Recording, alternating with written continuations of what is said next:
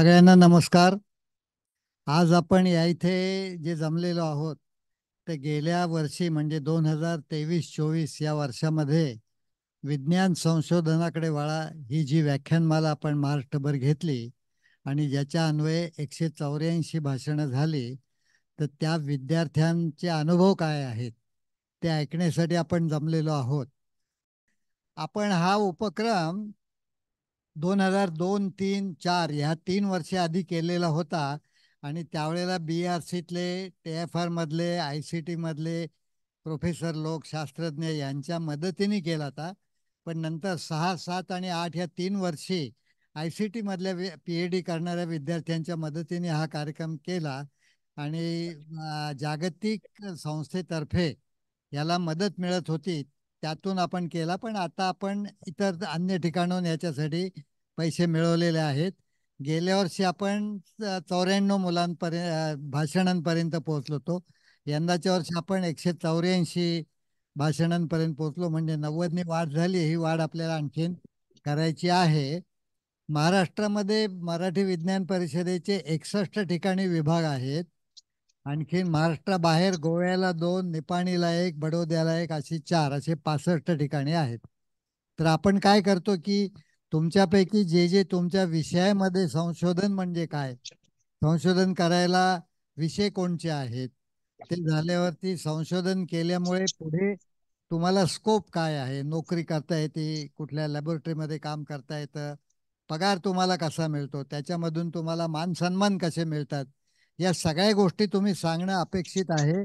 आणि मुद्दाम आम्ही PhDच्या मुलांची निवड अशासाठी केली की तुम्ही ज्या वेळेला 8वी ते 12वी पर्यंतच्या मुलांपुढे जाऊन हे बोलता, तर त्यावेळेला वयातलं अंतर आणि त्यामुळे ती मुलं फार मोकळे तुमच्याशी बोलतात, प्रश्न विचारतात. आणि एका गोष्टीचा अनुभव आता राहुल परमाणे आणि हे लोक सांगतील की आपण PhD करतो म्हणजे असं नाही.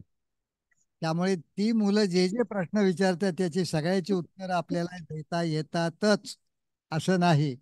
पण अशा वेळेला प्रामाणिकपणे त्यांना सांगा की तुमचं नाव आणि प्रश्न मला लिहून द्या आणि मी नंतर तुम्हाला पोस्टाने पत्र पाठवून उत्तर देईन. आणि यात कमीपणा अजिबात नाही. डॉक्टर जयंतराव नारळीकर ज्या ज्या वेळेला भाषणं देत असत त्यावेळेला ते मुद्दाम म्हणायचे तुमच्या सगळ्या प्रश्नांची उत्तरं मला येतील असं नाही, पण तुम्ही प्रश्न पाठवा मला पोस्टाने पत्र पाठवून, त्याचं उत्तर मी शोधून काढेन, आणखीन कोणाशी सल्लामसलत करेन आणि उत्तर तुम्हाला पाठवेन. अशा पद्धतीच्या त्यांच्या प्रश्नोत्तरांची पुस्तकं मराठी आणि इंग्रजीत मराठी विज्ञान परिषदेने प्रसिद्ध केलेली आहेत. असो, तर ह्या पद्धतीने हे जे आता तुम्ही समजा धुळे विभागामध्ये गेलात आणि त्यात इथं तुम्हाला प्रत्येकी 5-6 भाषणं द्यायची आहेत, तर शाळा किंवा कॉलेज हे शोधून काढण्याचं काम आमचा तिथला विभाग करतो. आणखीन त्या ठिकाणी तुमची राहायची व्यवस्था एखाद्या लॉजमध्ये किंवा आणखीन कुठे त्याची सोय ते करतील. आणि या सगळ्याचा खर्च मराठी विज्ञान परिषद करेल. म्हणजे तुमचा प्रवासाचा खर्च, तिथे राहण्याचा खर्च, लोकल काही प्रवास करायचा असेल, तुमच्या जेवण्याचा वगैरे खर्च हा सगळा येईल. आणि त्याच्याबरोबर काय कागदपत्र भरायची किंवा काही नाही याच्याबद्दलची माहिती नंतर हेर्लेकर देतील. हेर्लेकर आता यंदाच्या वर्षी 2024-25 कार्यक्रमाचे प्रमुख आहेत आणि त्यांना मदत योगेश सोमण करणार आहेत. ते स्वतः मेटलर्जिस्ट आहेत, नाशिकला असतात ते, बरं का. तेव्हा हा नाशिकहून नाशिकचा आहे म्हणून मी मुद्दाम सांगितलं. तेव्हा अशा दृष्टीने हे कार्यक्रम आपले चालू आहेत. याचा उद्देश असा की मुलांनी अधिकाधिक संशोधनाकडे वळावं आणि संशोधन हे करिअर म्हणून स्वीकारावे. आणि तसं करत असताना नागपूर सारख्या ठिकाणी संत्री खूप होतात, तेव्हा ती संत्री वाया सुद्धा जातात अनेक वेळेला. तेव्हा अशा वेळेला संत्र्यावरती आधारित काही प्रॉडक्ट्स बनवता येतील का, तिथल्या मुलांना नोकरी मिळेल, तुमचा व्यवसाय तिथं होईल आणि सगळ्यांनी पुणे, मुंबई, नागपूर या ठिकाणी यायची गरज नाहीये. आणि या ठिकाणी आल्यावरती तुम्हाला चांगली घरं मिळत नाहीत कारण ती परवडणारी नाहीत. त्यामुळे उगीच झोपडपट्टीत राहून दुय्यम जीवन जगण्याच्या ऐवजी आपल्या आहे त्या ठिकाणी तुम्ही राहिलात तर ते अधिक चांगलं. आणि नोकरीला तुम्ही 4 लोकांना लावल्याचा जो आनंद तुम्हाला आयुष्यभर मिळेल, तो स्वतः तुम्ही खूप पैसे मिळून नोकरी केली तर देखील मिळणारा असा नाही. तर त्या दृष्टीने ह्या कार्यक्रमाची माहिती जसा कार्यक्रम पुढे सरकत जाईल त्या पद्धतीने होईल. सर, मी डॉक्टर संतोष कुलकर्णी. मी आधी जरा परिचय करून देतो. डॉक्टर म्हणजे पण मी पशुवैद्यक आहे आणि उदगीरच्या पशुवैद्यक महाविद्यालयातून मी सहयोगी अधिष्ठाता या पदावरून स्वेच्छानिवृत्ती घेतलेली आहे. पूर्वी मी उदगीरचा मराठी विज्ञान परिषदेच्या विभागाचा अध्यक्ष देखील होतो आणि त्यावेळेला ही बरीचशी व्याख्यानं मराठी विज्ञान परिषदेची आम्ही उदगीरमध्ये आयोजित केली होती. यावेळेला आम्ही पानगाव हे ग्रामीण भागातलं एक गाव निवडलेलं आहे आणि तिथे आपला विभाग चालू आहे. यावेळेला संशोधनाकडे वळा या विषयावरच्या व्याख्यानाची जबाबदारी एकदम थेट मलाच घ्यावी लागली, कारण ठरलेले वक्ते ठरलेल्या वेळेत येऊ शकले नाहीत. ते न आल्यामुळं मग मला आम्हालाच थोडीशी ती तयारी करावी लागली. पण तयारी करताना हे जाणवलं की मुलांची उत्सुकता खूप असते आणि ग्रामीण भागातल्या मुलांमध्ये खरं तर या गोष्टींची खूप गरज आहे. त्यांना हा विषय पोचला त्यापेक्षा त्यांना अनेक गोष्टींचे प्रश्न आम्ही दिले होते, त्याची खूप चांगली उत्तरं, चांगली म्हणजे उत्तरं मिळाली असं नाही, पण त्यांनी खूप उत्सुकता दाखवली. हा आम्हाला मिळालेला खूप मोठा आनंद आहे.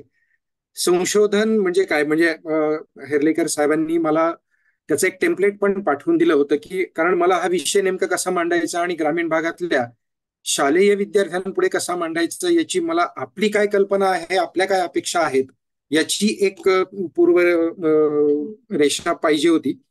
ती मला त्या टेम्पलेट मधून मिळाली. पण संशोधन म्हणजे काय इथपासून सुरुवात करून विद्यार्थ्यांना थेट त्यांच्या प्रश्नांची उत्तरं देण्यापर्यंत आम्ही ते नेऊ शकलो. खूप आनंद होता. फक्त असं वाटलं की आणखीन हे कार्यक्रम परत परत घेता यावेत, कारण ग्रामीण भागामध्ये थोडीशी समस्या अशी असते की शाळांमध्ये काही सगळ्याच ती तयारी नसते विज्ञान शिक्षकांची, तशा प्रकारचं दालन नसतं. मग प्रत्येक शाळेमध्ये वेगळा कार्यक्रम घ्यावा लागतो, कारण सगळे विद्यार्थी एका ठिकाणी येत नाहीत, तेवढी बसण्याची बैठक व्यवस्था सुद्धा नसते. त्यामुळं प्रत्येक शाळेमध्ये हा कार्यक्रम घेता यावा. दुसरं असं होतं की ठराविक तारीख दिली जाते आणि त्या तारखेपर्यंतच आपल्याला ते व्याख्यान द्यायचं असतं. ही सूचना, पूर्व सूचना खूप उशिरा मिळाल्यामुळे आम्ही मग एकाच ठिकाणी जाऊ शकलो. आमचा थोडासा प्रयत्न होता की लातूरच्या पण काही शाळांमध्ये हे व्याख्यान देता यावं, कारण लातूरला पण मराठी विज्ञान परिषदेचा विभाग नाहीये असं मला कळलं कार्यरत. त्यामुळे मला असं वाटलं की लातूरच्या पण काही शाळांच्या मध्ये हे आपल्याला व्याख्यान देता यावं, जेणेकरून विद्यार्थ्यांच्या मधली जिज्ञासा तरी किमान आपण जागृत करू शकू. आणि संशोधन हा विषय हा केवळ विज्ञानापुरता मर्यादित राहत नाही. म्हणजे मी आता विधी विज्ञान म्हणजे सुद्धा त्याचा पण मी सध्या विद्यार्थी आहे, तेव्हा असं कळतंय की विधी शाखेमध्ये सुद्धा खूप काही संशोधन आहे. मुळात विद्यार्थ्यांच्या मध्ये ही संकल्पना रुजवणे की केवळ परीक्षेमध्ये यश न मिळवता किंवा परीक्षेच्याच यशावरती अवलंबून न राहता जे कोणतं क्षेत्र आपल्या आवडीचं आहे त्याच्यामध्ये जास्तीत जास्त खोलात जाऊन अभ्यास करून त्याच्या काही अशा विषयांपर्यंत पोहोचणे ज्याचे प्रश्न आपल्याला दैनंदिन जीवनामध्ये आणि जनजीवनामध्ये पडतात, हा भाग आम्ही विद्यार्थ्यांच्या पर्यंत पोहोचवू शकलो. विद्यार्थ्यांच्या चेहऱ्यांवरूनच कळत होतं. सुरुवातीला ती मुलं जरा गडबड करतात. खेड्यामध्ये तितकी म्हणजे श्रोत्याला ऐकण्याची फारशी मानसिक तयारी नसते, ती करून घ्यावी लागते. मग त्यांना आधी प्रश्न विचारावे लागतात, त्यांच्याचकडनं प्रश्न उत्तर देऊन आणि त्यांना थोडंसं एखाद दुसरं बक्षिसाचं आमिष देऊन मग त्यांना त्यांच्या विचार प्रवृत्तीला जरा चालना द्यावी लागते. आणि मग हळूहळू ही मुलं लगेच आपल्याशी जोडली जातात. आणि जे आपण दाखवतो ते दाखवणं खूप म्हणजे दृकश्राव्य माध्यम फार महत्वाचं आहे यामध्ये. कारण मुलांना जेव्हा आपण एखादी गोष्ट दाखवतो तेव्हा त्याच्यातले खूप गोष्टी कळतात. मला त्या टेम्पलेटचा मराठी विज्ञान परिषदेनं तयार केलेल्या आतापर्यंतच्या त्यांच्या व्याख्यानांचा खूप फायदा झाला. आणि माझी थोडीशी अशी इच्छा आहे, म्हणजे मी थोडासा या आजच्या मंचाचा फायदा घेऊन असं सांगेन की मी अनेक ठिकाणी विशेषतः ग्रामीण भागामध्ये या व्याख्यानाचा प्रसार व्हावा अशी आम्ही तयारी करू. माझी स्वतःची खूप इच्छा आहे अनेक ठिकाणी व्याख्यानं देण्याची, कारण त्यातनं मुलांची मनं फार कळतात. आणि इतर ठिकाणी आम्ही आयोजित पण करू बाहेरच्या वक्त्यांची काही व्याख्यानं. पण आमचा थोडासा भर हा ग्रामीण भागामध्ये आहे. लातूरला सुद्धा करता येईल, कारण लातूरच्या सुद्धा पुष्कळशा शाळा अशा आहेत की ज्या संसाधनांपासून खूप वंचित आहेत. ठराविक शाळा असतात ज्यांच्यामध्ये सगळ्या गोष्टी मिळतात आणि तिथं पालक वर्ग, विद्यार्थी वर्ग, शिक्षक वर्ग हे सगळे या विषयामध्ये खूप तयार असतात. किमान त्यांची एखादा कार्यक्रम घेण्याची वृत्ती, उत्सुकता आणि तयारी तरी असते. पण काही शाळा अशा आहेत म्हणजे त्या अशा ठरवूनच दिल्यासारखे की या गरीब विद्यार्थ्यांच्या आहेत, जिल्हा परिषदेच्या आहेत किंवा केवळ नोंदणीसाठी केलेल्या विद्यार्थ्यांच्या शाळा आहेत. अशा शाळांच्या विद्यार्थ्यांची सुद्धा हा विषय पोहोचण्याची खूप गरज आहे. मराठी विज्ञान परिषदेचा उपक्रम, कार्यक्रम सुद्धा त्यांच्यापर्यंत पोहोचणं आवश्यक आहे. पण माझा अनुभव मी जो पाहिला तो असा आहे की विद्यार्थ्यां खूप काम करण्याची मात्र खूप गरज आहे आणि तिथं आपल्याला वाव पण आहे. जिथं मानसिक तयारीच नसते तिथं मानसिक तयारी घडवून पुन्हा हा विषय त्यांच्यापर्यंत पोहोचवणं हे आव्हान आपण स्वीकारावं असं मलाही वाटलं. आणि मी खरोखर धन्यवाद देतो की यावेळेला मला ही संधी मिळाली. धन्यवाद.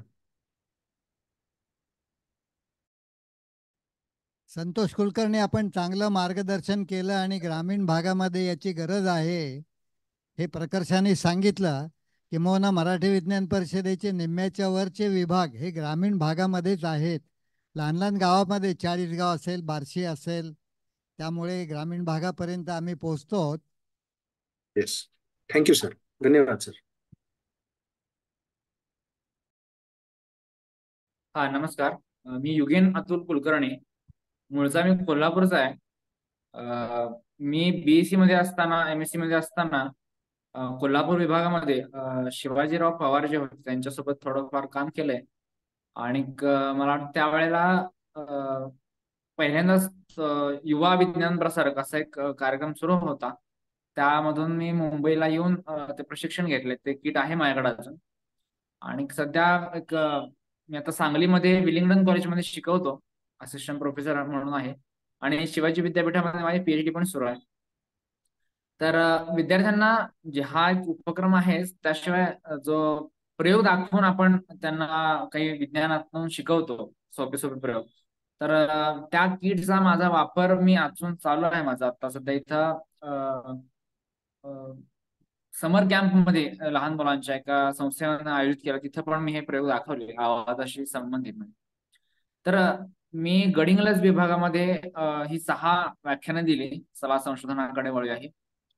गडिंग्लज मध्ये त्यातली 3 दिली आणि 3 उत्तूर मध्ये दिली. तर माझा मुख्य प्रश्न होता की ट्रॅव्हल मध्येच माझा वेळ असल्यामुळे मला आदल्या दिवशी कोल्हापुरात येऊन मग पुन्हा असं गेलेलो होतो. तर बऱ्यापैकी विद्यार्थ्यांना ही माहिती नसते की ग्रामीण भागातल्या विद्यार्थ्यांपर्यंत ही माहिती पोहोचण्यासाठी शिक्षकांपर्यंत आधी माहिती पोहोचली असणं गरजेचं असतं. तर त्यामुळे बऱ्याचशा विद्यार्थ्यांपर्यंत ही माहिती पोहोचली. आणि खरं तर ग्रामीण भागामध्ये मुलांना जे समोर प्रश्न असतात त्यामुळे त्यांची एक मानसिकता अशी असते की आपण कुठल्याही पद्धतीच्या संकटावरती मात करू शकतो. तर त्यामुळं ग्रामीण भागातल्या मुलांकडं म्हणजे मी स्वतः ग्रामीण भागातूनच आलेलो आहे. तर ग्रामीण भागातल्या मुलांकडे एक अशी काय म्हणतात तळमळ असते की आपण काहीतरी करून दाखवलं पाहिजे. आणि त्यामुळं ही मुलं चमकू शकतात. त्यांना योग्य ज्ञान त्यावेळेला पोहोचणं गरजेचं असतं.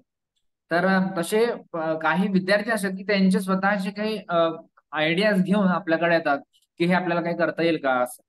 तर ह्या पद्धतीनं त्यांना एखादा प्लॅटफॉर्म पण उपलब्ध करून देता येऊ शकतो की कशा पद्धतीने विचार केला पाहिजे. आता सध्या कुठे रिसर्च आलेला आहे, अशा पद्धतीने आपण अजून काही मार्गदर्शन करता येईल का असा पण आपण विचार करू शकतो. मी सारंग तामणकर, आयसीटी मुंबईचा पीएचडीचा विद्यार्थी आहे आणि प्रोफेसर जेबी जोशी आणि डॉक्टर CS मटकर्ती यांच्या अंडर माझी पीएचडी चालू आहे. आणि यावर्षी संशोधन संशोधनाकडे वळा या कार्यक्रमासाठी मी पुणे विभागाला गेलेलो होतो. आणि पुणे विभागामध्ये विनय रर सरांच्या अंडर मी 16 व्याख्यानं दिली. आणि त्याचबरोबर माझं घरचं गाव कराड, इथं पण मी 2 व्याख्यानं मी घरी गेलो होतो तेव्हा दिली होती. मला जो एकूण अनुभव स्वतःचा आला त्याच्याबद्दल सांगायचं म्हणजे मुलं रिसेप्टिव्ह असतात, मुलांना ऐकून घ्यायची इच्छा असते. पण मी हे पाहिलं की जर तुम्ही कुठल्या तरी सर म्हणले तसं छोट्या छोट्या प्रयोगांमार्फत जर गोष्टी केल्या, दाखवल्यात मुलांना, तर मुलांचा इंटरेस्ट जास्त सुरुवातीला वाढतो. आणि सुरुवात करताना व्याख्यानाची जर आपण तशी केली तर मुलं खूप जास्त इंटरेस्ट दाखवतात. त्याचबरोबर मला एक सजेशन म्हणून असं वाटतं की जर आपल्याला जे आपण गोष्टी सांगतो की रिसर्च मध्ये की कोणकोणत्या करिअर ऑपॉर्च्युनिटीज आहेत, त्याच आपण जर एखादं बुकलेट बनवू शकलो, त्याच्यात वेगवेगळ्या इन्स्टिट्यूट्स ज्या आहेत ज्याच्यामध्ये रिसर्च केलं जातं आणि त्याचबरोबर कोणकोणत्या फील्ड्समध्ये रिसर्च केलं जातं त्याचं थोडीफार माहिती त्याच्यात जर असेल, आणि जर ते प्रत्येक ठिकाणी आपण जिथं जातोय तिथं जर देऊ शकलो जे आपण बोलतोय त्याच्या बरोबरीनं, तर मुलांना नंतर रेफरन्ससाठी ज्या कोणाला इंटरेस्ट असेल त्यांना ते खूप उपयोगी पडेल असं मला पर्सनली वाटतं. Thank you very much. धन्यवाद सारंग. नमस्कार सर, मी राहुल गायकवाड, ICT जालनाचा स्टुडंट आहे. PhD आता रिसेंटली झालेला आहे. डॉक्टर मनोज गावंडे सरांचा स्टुडंट आहे. तर मी या संशोधनाकडे वळूया या विषयाखाली मी जालना विभागामध्ये actually 5 लेक्चर मी डिलिव्हर केले होते. तर या मार्फत मला हे बी जाणून आलं की जसे यापूर्वी मेन्शन करण्यात आलं की विद्यार्थी रिसेप्टेबल असतात वगैरे, पण मला आणखी एक इथं नमूद करावं असं वाटतं की जसं आपण शेवटला जसं आपण फोर्स करतो की जास्त लेक्चर व्हावे, तसं आपण सुरुवातीपासूनच चालू करण्यात यावं. जसे की जुलै ऑगस्ट किंवा मग त्यानंतर मग दिवाळीच्या दरम्यान. कारण काय होतं की ऍट द एंडला मला स्वतःचा अनुभव असा आहे की मला 10वीचे किंवा 10वीच्या वरच्या क्लासचे स्टुडंट मिळाले नाही. मला 8वी-9वीचे स्टुडंट जास्त प्रमाणात मिळाले, जे इथे 5 लेक्चर दिले ते. म्हणजे असं होतं की त्यांची ऍक्सेप्ट करण्याची कॅपॅबिलिटी कमी असते 8वी-9वीच्या स्टुडंटची, जशी जेवढे की 10वी किंवा 12वी. आणि जसं की एक ज्युनियर कॉलेज एक सिनियर कॉलेजला देखील मी BSc ला एका कॉलेजला लेक्चर दिलं, पण तिथं देखील ते प्री प्लॅन नव्हतं, त्याच्यामुळे मला स्टुडंट देखील तिथं कमी मिळाले. म्हणजे मला एवढं एक नमूद करावं वाटेल की मला सुरुवातीपासून जर आपण जसं प्लॅन करतो, जसे एंडला आपण जसं फोर्स करतो की जास्त लेक्चर घेण्यात यावे, तसं सुरुवातीपासूनच फोर्स केलं तर आणखी जास्त लेक्चर आपण कमिंग सीझन मध्ये घेऊ शकतो. धन्यवाद सर. नमस्कार, माझं नाव विशाल आहे. ॲक्च्युली हा माझा पहिला एक्सपिरियन्स होता आणि आवड लागली, पहिला प्रयत्न पण होता. असं मी बाहेर जाऊन कधी लेक्चर दिलेलं नाही. मी बाहेर म्हणजे दुसऱ्या स्कूल आणि कॉलेजेसमध्ये मी ऑलरेडी असिस्टंट प्रोफेसर वगैरे लेक्चरर वगैरे काम केलं आहे. सो असं विज्ञान परिषदमधून मला असा पहिला माझ्या म्हणजे मित्रांच्याद्वारे सगळं हे करून पहिल्यांदा गेली होती. मी तळेगावमध्ये गेली होती पुण्यात. मला थोडा पर्सनल कमिटमेंट असल्यामुळे मी थोडं लवकर नाही जाऊ शकली, तर मला लेट थोडंसं भेटलं. पण मला यावर्षी जायचंच होतं, कारण मागच्या वर्षी ते ऑलरेडी लेक्चर सिरीज संपलं होतं. सो मी ह्यावेळेस खूप ट्राय केला की माझ्यासाठी एक स्पॉट ठेवा सो मी तिथे जाऊ शकेल. सो त्यांनी पूर्ण ट्राय केला. मग तळेगावमध्ये मी गेली. तळेगावमध्ये 3 गावांमध्ये, तळेगाव, दाभाडे आणि तिकडे 2 स्कूल खूप ग्रामीण भागात, तिकडे जाऊन ते 3 लेक्चर्स घेतले. तिकडचा अनुभव सांगायचा झाला तर तिकडची एक शाळा होती, खूप सुंदर. म्हणजे एवढा त्यांनी मला हातभार केला. त्यांच्याकडे काही प्रोजेक्टर वगैरे असे काही एवढे फॅसिलिटीज नव्हत्या. खूप असा आपला जुना PC वगैरे होता, तरी पण त्यातून सुद्धा त्यांनी अशी मला खूप मदत केली. आणि जे टेक्निकल असा काही प्रॉब्लेम मला तिथे आला नाही.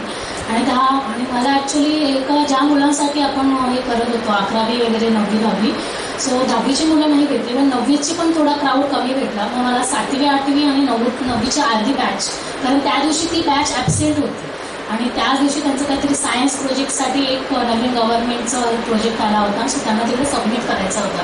मग त्या पण घाईमध्ये त्यांनी तो लेक्चर अरेंज केला. सेम गेला तर 3 शाळांचा प्रोजेक्ट त्यांना सबमिट करायचा होता. सो त्याच्यामुळे ते खूप घाईघाईत झालं. पण मला ट्रॅव्हलिंगचा पण काही प्रॉब्लेम आला नाही, कारण त्यांनी मला ट्रॅव्हलिंग प्रोव्हाइड केली स्कूलवाल्यांनीच. सो एका शाळेतून दुसऱ्या शाळेत सोडायचं. तळेगाव दाभाडेचा डिस्टन्स थोडा जास्त, तिकडून मग दुसऱ्या शाळेत.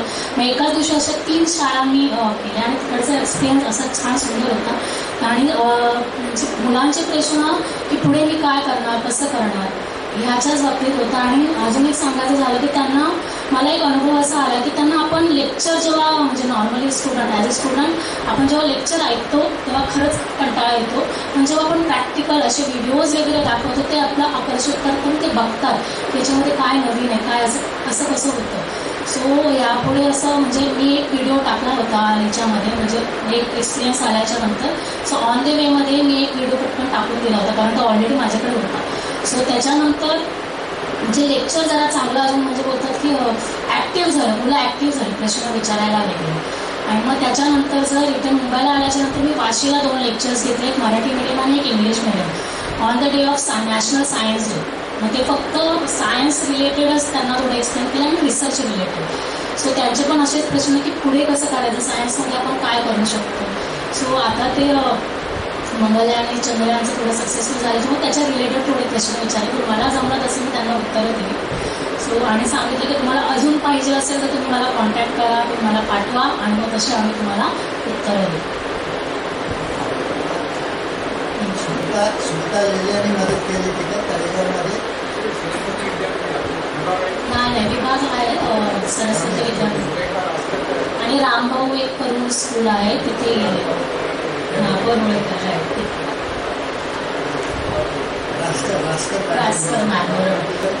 ग्रामीण भागामध्ये तुम्ही फिरत असताना ॲक्सेसिबिलिटी असणं किंवा आणखी ह्या गोष्टी अडचणी येतात. म्हणजे जरी भयापेक्षा हे माध्यम चांगलं असतं तर देखील ते विसरून चालणार नाही. म्हणजे दुसरं माध्यम जर चालू राहिलं नाही तर आपण अडखळता कामाला आपल्याला घरावरती सुद्धा काढून नाही नाही, ते पण मी त्याच्या पण तयारीत होते, पण त्यांनी ऑलरेडी तयार करून ठेवलं होतं सगळं. सो त्याच्यात मला टेक्निकल असा काही इश्यू आला नाही.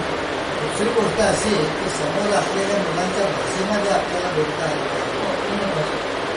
मागे आम्ही ग्रहणाच्या संदर्भामध्ये 15 ग्रहणाच्या संदर्भात भाषण केली, तर एका वक्त्याच्या पुढे असा चॅलेंज आला तर की नर्सरी केजीतल्या मुलांना ग्रहण म्हणजे काय समजून शकतो.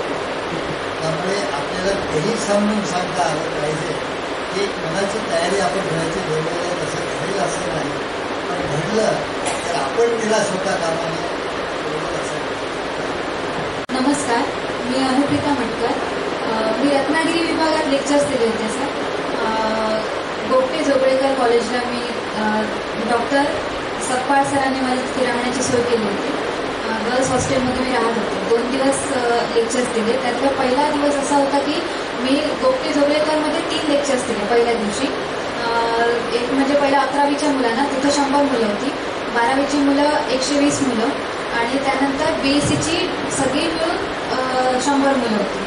तर असे तो पहिला दिवस खूप चांगला होता माझा, कारण ती मुलं ऑन द प्रोसेसमध्ये आहेत. म्हणजे त्यांना आता फ्युचरमध्ये आपल्याला काय करायला हवं किंवा सायन्समधून मी पुढे काय काय करू शकतो किंवा करू शकते, इंजिनिअरिंग आहे, मेडिकल आहे, त्याच्यासोबत जर मी BSc केल्यानंतर पुढे मला काय काय म्हणजे काय काय कोणत्या कोणत्या नवीन वाटा आहेत रिसर्चसाठी, याबद्दलचे खूप सारे प्रश्न आले. आणि भंडी सरांनी मला जाताना सांगितलं होतं की अशी PPT बनव की ज्याच्यात तू 11वी 12वीच्या मुलांना असं सांगू शकशील की BSc केल्यानंतर MSc आणि MSc नंतर कोणकोणते वेगवेगळे इन्स्टिट्यूट्स आहेत आपल्याकडे PhD करण्यासाठी. आपलं ICTचं पण एक्सपोजर सांग त्यांना की आपल्याकडे कोणकोणते रिसर्च चालतात. तर त्या संदर्भात मी त्यांना एकदम व्यवस्थित माहिती दिली होती सर. दुसरा दिवस 2 मराठी शाळा केल्या होत्या.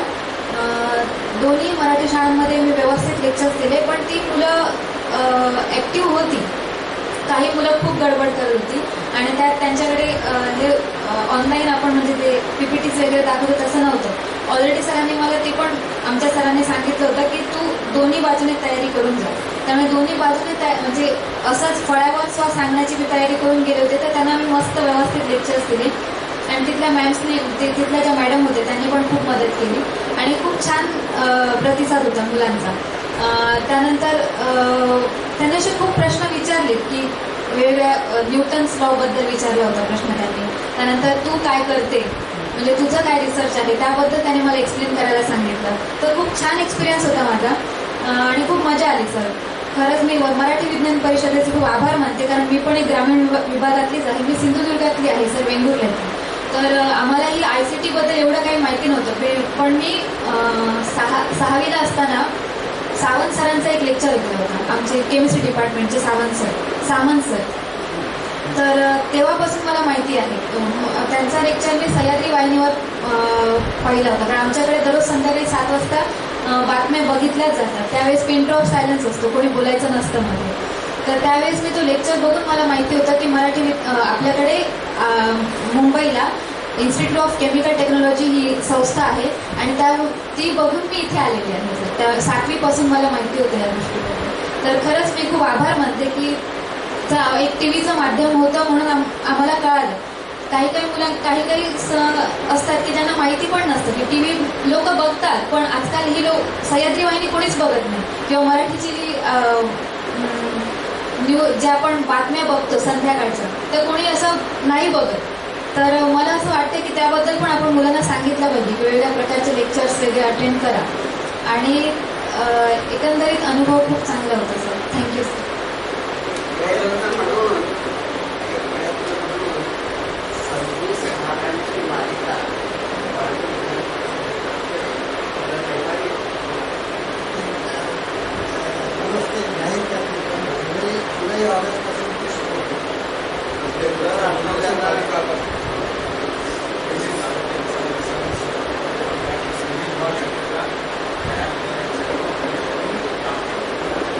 आता प्रोमो सुरू झालाय. 7:30च्या बातम्याचे कोणी दाखवतात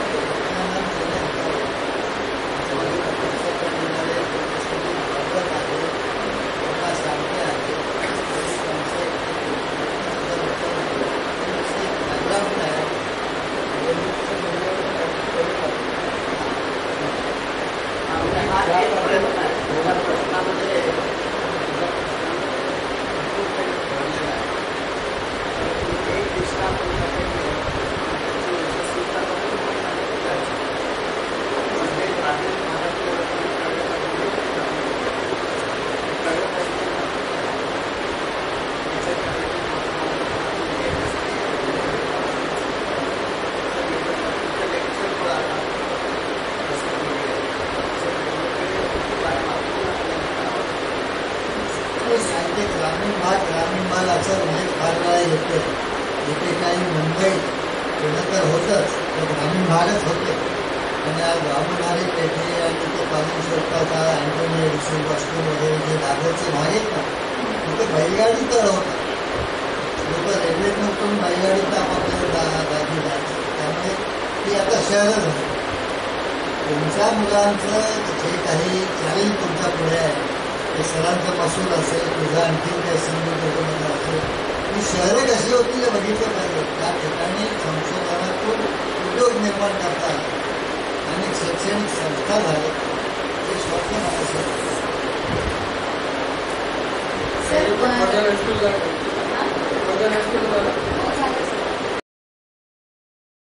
माझा हा पहिलाच एक्सपिरियन्स होता. माझं नाव पवन गवळी. मी पॉलिमा डिपार्टमेंट PhD करतोय डॉक्टर अनिमा सर्व्हिसच्या अंडर. तर पहिल्यांदा म्हणजे मॅमनीच हा मेल फॉरवर्ड केला VC सरांकडून. तेव्हा मी रजिस्टर करून दिलं होतं. नंतर पुष्कळचं त्या काही अपडेट आलं नाही. त्यानंतर केतन सर आहेत, त्यांनी अप्रोच केला की तू फॉर्म भरला होता आणि तू त्याच विभागातला आहे. मला मोस्टली मी नागपूर, गोंदिया आणि भंडारा या डिस्ट्रिक्ट कव्हर केल्या होत्या. तर तिकडे जायण्यापूर्वी मी आभार मानतो की राहुल सर आणि केतन सरनी त्यांचा टाईम काढून आम्हाला, जे आम्ही नवीन होतो, आम्हाला एक डेमो प्रेझेंटेशन दाखवलं की काय द्यायचं.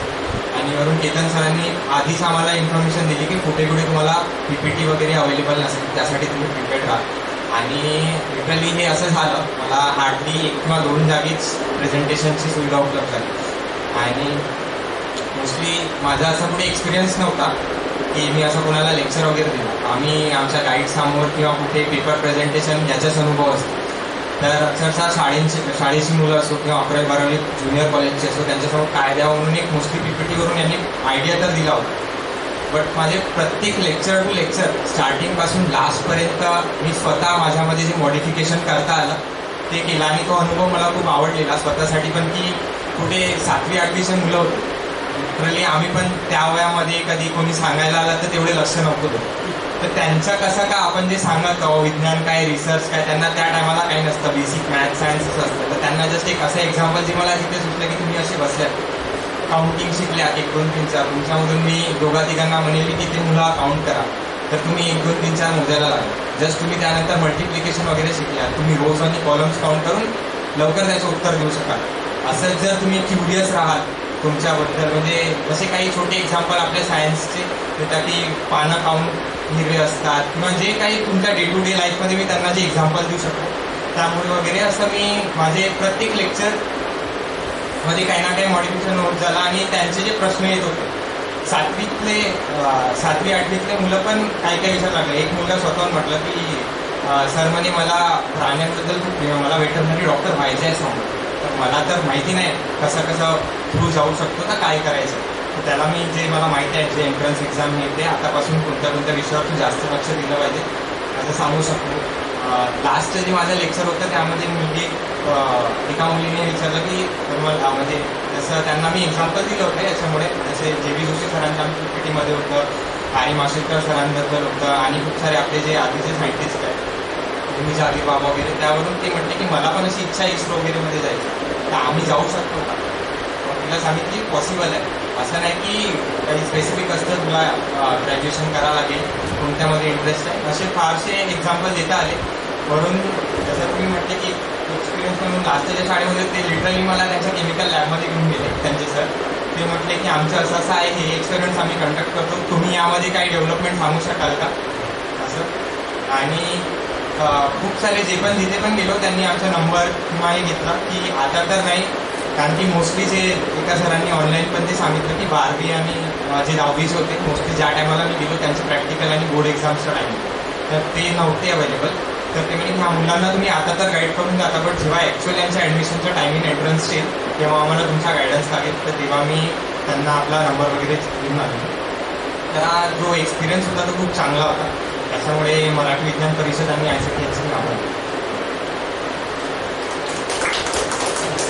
त्याच्यामधून तुम्हाला एक बोलण्याची सवय दुसरी गोष्ट अशी की तुम्ही विद्यार्थी असताना शिक्षकांना किती त्रास देत होता आणि आता तुम्ही शिक्षक म्हणून उभे राहिल्यावरती मुलं बंद करता किंवा ते नवीन नाही असं धरून करायचं त्यांना कंट्रोल कसं आलं मग त्याच्यासाठी चित्र कसे लागतात एखादा विनोद करता आला पाहिजे. त्यामुळे पटकन सगळे जण शांत बसतात. जुना विनोद तुम्हाला मुद्दाम सांगतो की हिस्ट्री कॉलेज पुण्यामध्ये आहे आणि त्या तिथे केव्हा 1935 साली आचार्य आकडे म्हणून महाराष्ट्रामध्ये फार मोठे विनोद तर त्यांना बुकआउट करायचं ठरवलं तर विद्यार्थ्यांनी त्यांना भाषणच करू द्यायचं नाही. मग त्याच्यासाठी काय केलं तर त्यांनी शेगडीचे म्हणजे कापसाचे त्याचा हे असतं ते फुलवलं हाताने त्या पकडण्यासाठी मुलं धावत आणि असा गोंधळ त्यांनी केला. तर आचार्याकडे ताबडतोब म्हणले अरे मुलांना तुम्ही म्हाताऱ्यांच्या मागे लागता तरुण मुली कुठे गेले तुमच्या इथे सगळे गप्प झाले त्यांचं भाषण ऐकून पार काहीतरी विनोदही तुम्हाला तुमच्या भाषणामधून करता आला तर कंट्रोलमध्ये. धनाजी काळे माझ्याकडे सोलापूर, पंढरपूर आणि सांगोला या 3 विभागामध्ये लेक्चर घेण्याची संधी मला मिळाली आणि सोलापूरमध्ये महेंद्रकर सर यांची खूप मदत झाली. सर्व कम्युनिकेशन त्यांनीच केलं होतं. शाळेत कुठं जायचं सर्व अरेंजमेंट त्यांनीच केली. ट्रॅव्हलिंगचं पण सर्व अरेंजमेंट त्यांनीच केलेलं होतं. याच्यामध्ये मला 8वी 9वी आणि BSc लेवलपर्यंतची मुलं त्या ठिकाणी भेटली. वाचन कॉलेज आणि सांगोला कॉलेज या 2 ठिकाणी BSc लेवलची मुलं होती. तर मी माझं प्रेझेंटेशन बनवताना असं बनवलेलं होतं की सुरुवातीच्या इनोव्हेशन टप्प्याटप्प्यानं कसं होत गेलं आणि ते करण्यासाठी काय काय सुरुवात कशी करता येईल त्याच्यासाठी मी एक जे आपलं मराठी विज्ञान परिषदेच्या वेगवेगळ्या कॉम्पिटिशन्स असतात, नॅशनल इनोव्हेशन फाउंडेशन त्यांच्या पण वेगवेगळ्या कॉम्पिटिशन्स असतात, त्यानंतर विप्रोवर्ती ज्याच्यामध्ये आम्हाला अवॉर्ड भेटलं होतं याच्या संदर्भात माहिती दिली. स्कूल आणि कॉलेज लेवलसाठी कोणकोणत्या वेगवेगळ्या स्पर्धा असतात ज्याच्यामध्ये मुलं पार्टिसिपेट होऊ शकतात म्हणजे जेणेकरून त्यांना एक प्लॅटफॉर्म उपलब्ध होतो पुढे जाण्यासाठी किंवा माहिती होतं. तर त्याच्यामध्ये पुन्हा संशोधनाच्या दिशेने याच्यावर माहिती सांगताना संशोधन कशा प्रकारे घडतं येईल किंवा कसं करता येतं त्याच्यासाठी मी आमचंच एक रिसर्चचं एक उदाहरण दाखवलं होतं की ज्याच्यामध्ये की ऑप्टिक्सच्या सहाय्यानं सर्व सनरेज कॉन्सन्ट्रेट केले जातात, त्याच्यापासून टेम्परेचर वाढवलं होतं, हीट जनरेट केली जाते आणि त्याचा वापर वेगवेगळ्या ॲप्लिकेशनसाठी करता येतो. तर याच्यासाठी बेसिकली लिंगाचा जो एक्सपेरिमेंट आहे तो मुलांना दाखवला आणि त्याच्या माध्यमातून पुढे वेगवेगळ्या कोणकोणत्या टेक्नॉलॉजीज आहेत वेगवेगळ्या गोष्टी इलेक्ट्रिसिटी जनरेट करणार आहे. त्यामुळे मुलांना ते थोडंसं आपलेसंपणा वाढत गेलं की अरे गोष्टी सोप्या गोष्टी आहेत पण याच्यापासून पुढं किती मोठ्या प्रकारे संशोधन होत गेलेलं आहे जेणेकरून इलेक्ट्रिसिटी तयार होण्यापर्यंत त्याचा वापर कसा होत गेलेला आहे.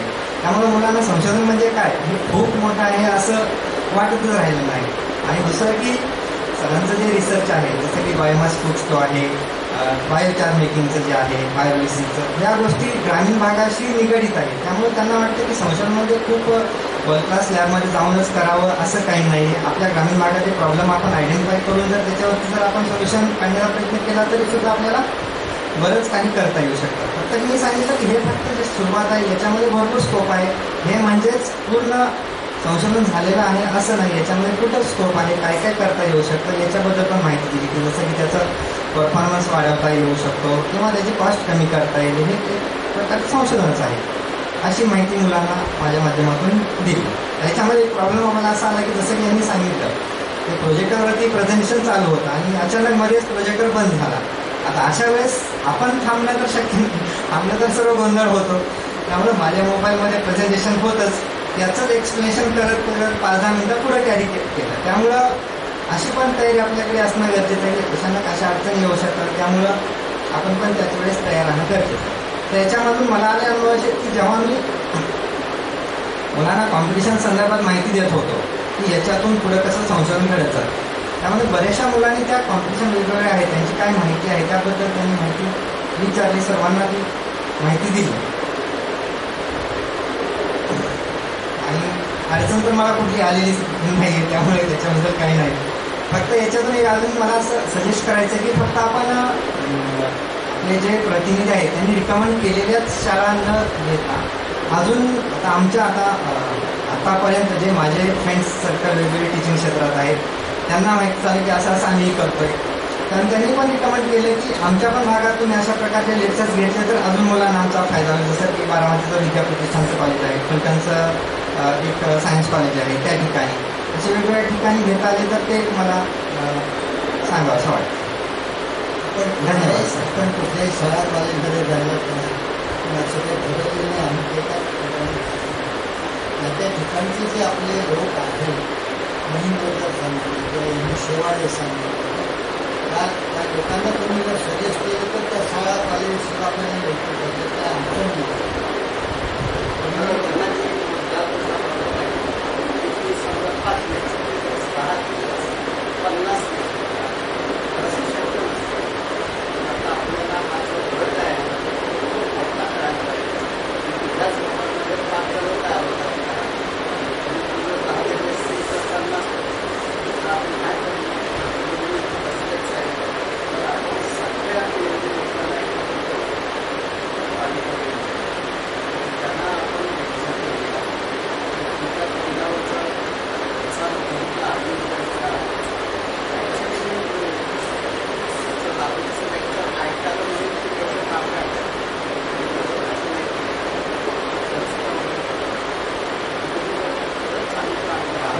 खूपच छान होतं लेक्चर, कारण त्याला प्रोजेक्टरची गरज नाही किंवा कोणत्याच याची गरज नाही. आवाज पण मोठा आहे आणि सर्व गोष्टी तो मॅनेज करू शकतो. म्हणजे सर्वांना तसं जमतं असं नाही.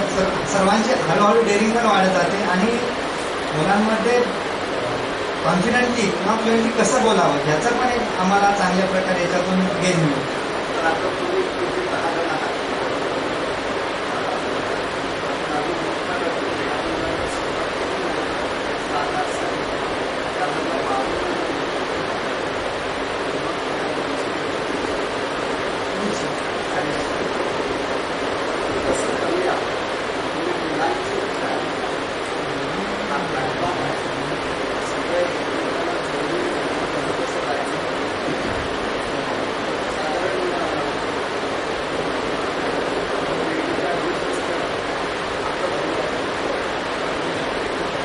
मी राहुल परमाने. मी जवळपास महाराष्ट्रातल्या 6 ते 7 विभागांमध्ये 33 ते 34 लेक्चर्स दिले. सुरुवातीला मी बिगरी आणि आजरा या ठिकाणी जवळपास 17 लेक्चर्स दिले होते आणि त्या ठिकाणी माझे चांगले लेक्चर झाले. कारण मागच्या वर्षी मी चंदगड आणि मला वाटतं चंदगडला वगैरे दिलं 10 लेक्चर्स बऱ्यापैकी.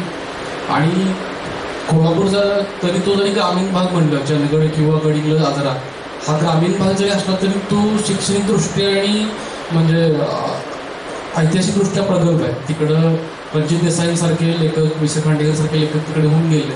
त्यामुळे तो भाग एकदम प्रगत भाग आहे आणि तो भाग मुख्य नाळीशी जोडलेला भाग आहे.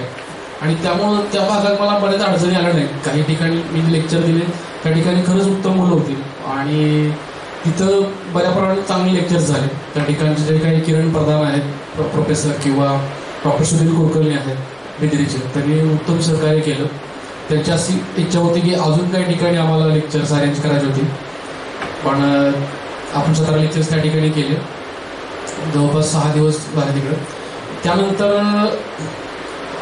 आदरणीय सरांच्या माध्यमातून मला माणगावला लेक्चर करायची संधी मिळाली. तिथेही सुचून एक उत्तम लेक्चर झालं आणि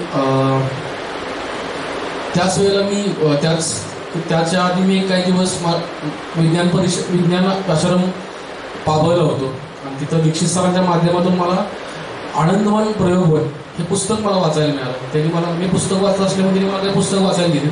त्यात ते पुस्तक मला वाचायला मिळालं आणि त्या पुस्तकात मी इतकं बऱ्यापैकी असं वाचलं होतं की त्यात मी इतकं हरवून गेलो की अनेक कार्यकर्ते ते डॉक्टर विकास आमटे किंवा बाबा आमटे यांच्या सहकार्याचं त्या चळवळीतले जे काही कार्यकर्ते आहेत ना, ते अशा डोळ्यामध्ये माझ्या बसले होते बरेच लोक. आणि त्यातच मी आदरणीय हर्लेकर सरांचं पण नाव ऐकलं होतं आणि चेहरा त्या पुस्तकात त्यांचा फोटो बघितला होता आणि तोच योगायोगानं मला माणगावला सरांसोबत त्या दिवशी वेळ मिळाला. सरांनी आम्ही सोबतच ट्रेनला आलो, ट्रेनमधून आम्ही सोबतच प्रवास केला आणि त्याच वेळेला मला असं थोडीशी चुकून लागले की हेच ते हर्लेकर असतील की जे मी त्या पुस्तकात वाचलेले आहे. आणि मी त्यांना विचारले की तुम्ही काय करताय, तुम्ही याच्या आधी कुठं होता. म्हणून त्यांनी सांगितलं जवळपास मी 28 वर्ष मराठी विज्ञान परिषदमध्ये आहे, त्याच्या आधी 10 वर्ष मी आनंदवनला होतो. मग मला लक्षात आलं की हेच ते. आणि मग मी त्यांना, आमचा मग सुरू झालं की तुम्ही ते, मी पुस्तकात हे वाचलेलं आहे, तुम्ही तिथले टेक्स्टाईल चळवळ तुम्ही चालू केली, तुम्ही बऱ्याच तिथलं टेक्स्टाईलला तुम्ही राहिला 10 वर्ष, तुम्ही तिथं फक्त ते मशीन बसवण्यासाठी गेला होता आणि परत तुम्ही तिथे अनेक दिवस राहिला. हे मग अनेक कार्यकर्ते त्यांना तिथे सांगले, हे कार्यकर्ते तिथे होते, ते दुग्ध व्यवसाय करणारे, तिथं चालू करणारे, हे ते असे.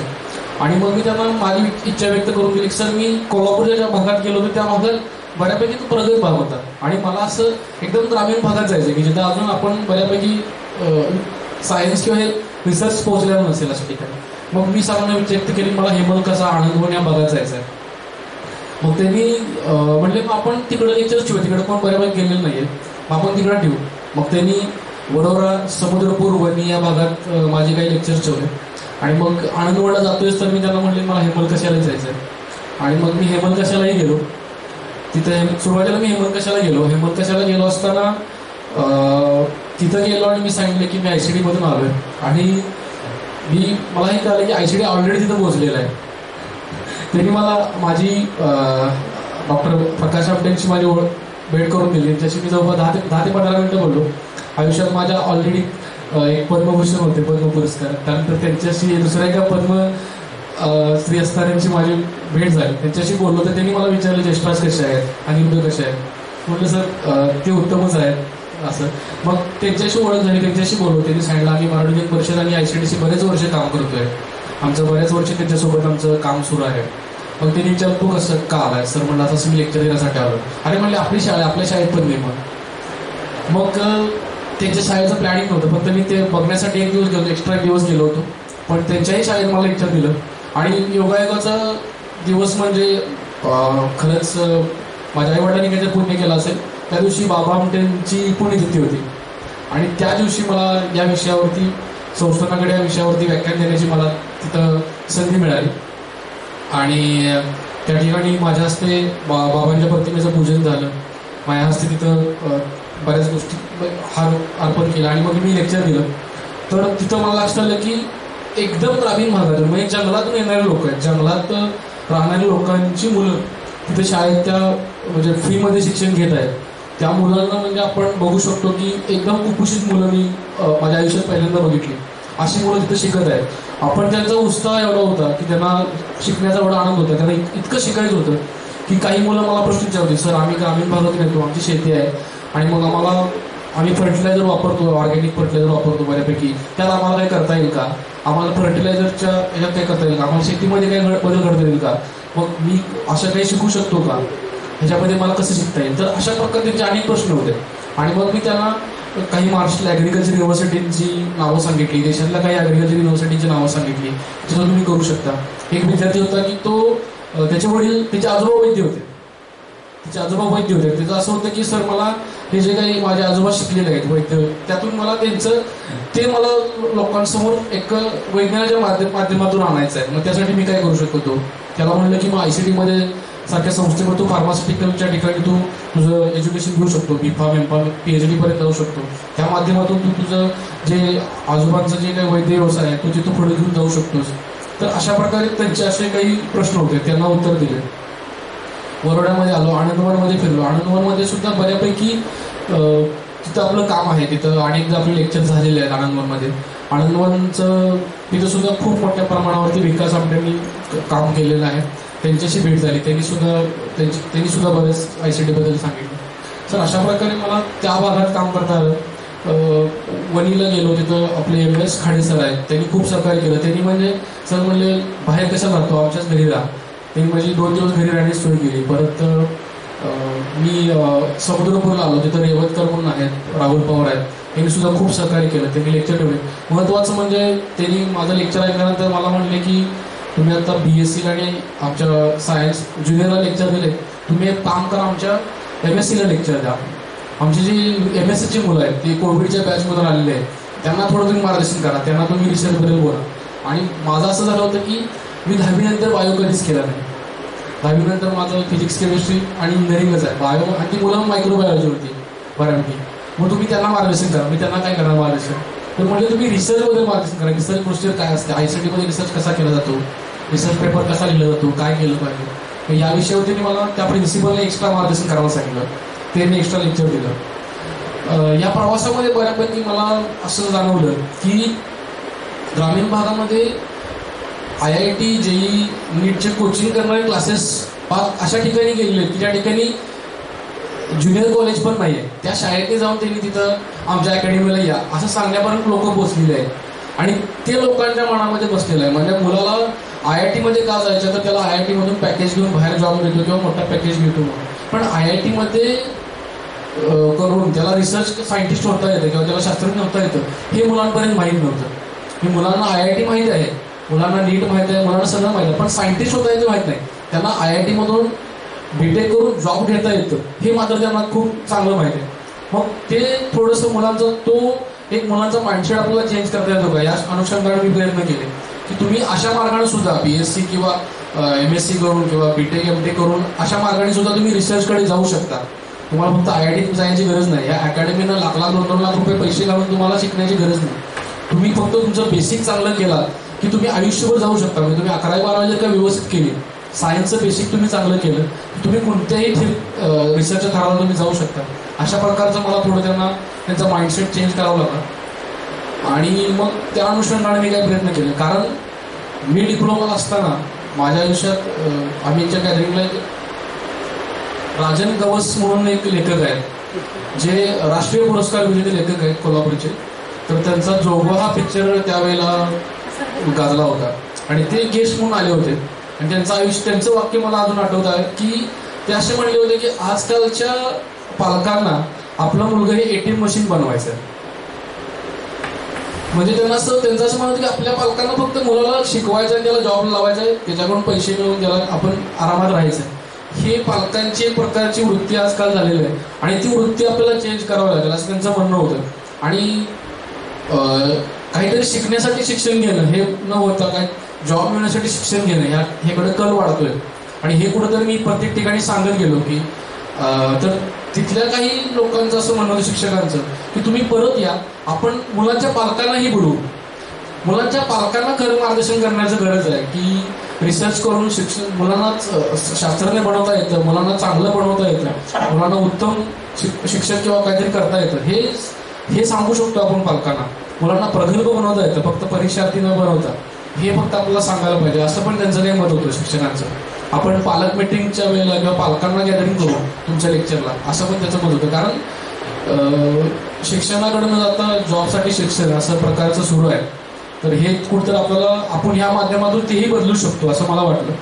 त्याचबरोबर आता मी काही लेक्चर असताना मी बऱ्याच गोष्टी सांगितल्या की तुम्ही शास्त्रज्ञ होऊ शकता, तुम्हाला शास्त्रज्ञ कसं होता येतं, की तुम्हाला कोणत्या एक्झाम देता येतात, कुठले इन्स्टिट्यूट भारतामध्ये अवेलेबल्स आहेत. जवळपास 23 IITs आहेत. जवळपास 31 ते 32 NIT आहेत, 9 ते 10 एम्स आहेत, 64 ॲग्रिकल्चर युनिव्हर्सिटी आहेत, 70 ॲग्रिकल्चर युनिव्हर्सिटी आहेत, त्यातल्या महाराष्ट्रामध्ये 4 आहेत गव्हर्नमेंट.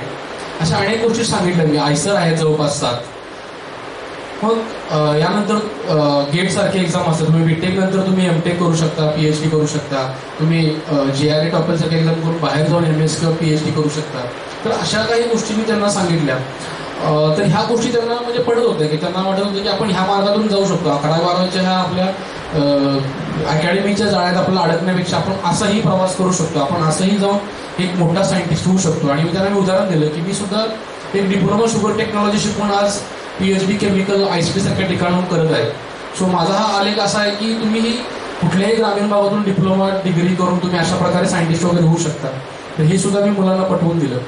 आणि फक्त एक गोष्ट मला त्या लेक्चरमध्ये अजून ॲड करावी वाटते की मुलं आता जे विज्ञानात शिकतात 8वी 9वी 10वीला, त्या विज्ञानातील काही प्रिन्सिपल्स, लॉज यांचा आणि आत्ता रिसर्चमध्ये आपण वापरत असलेल्या काही गोष्टी यांचा आपण याची काही यांना आपण जोडू शकतो का.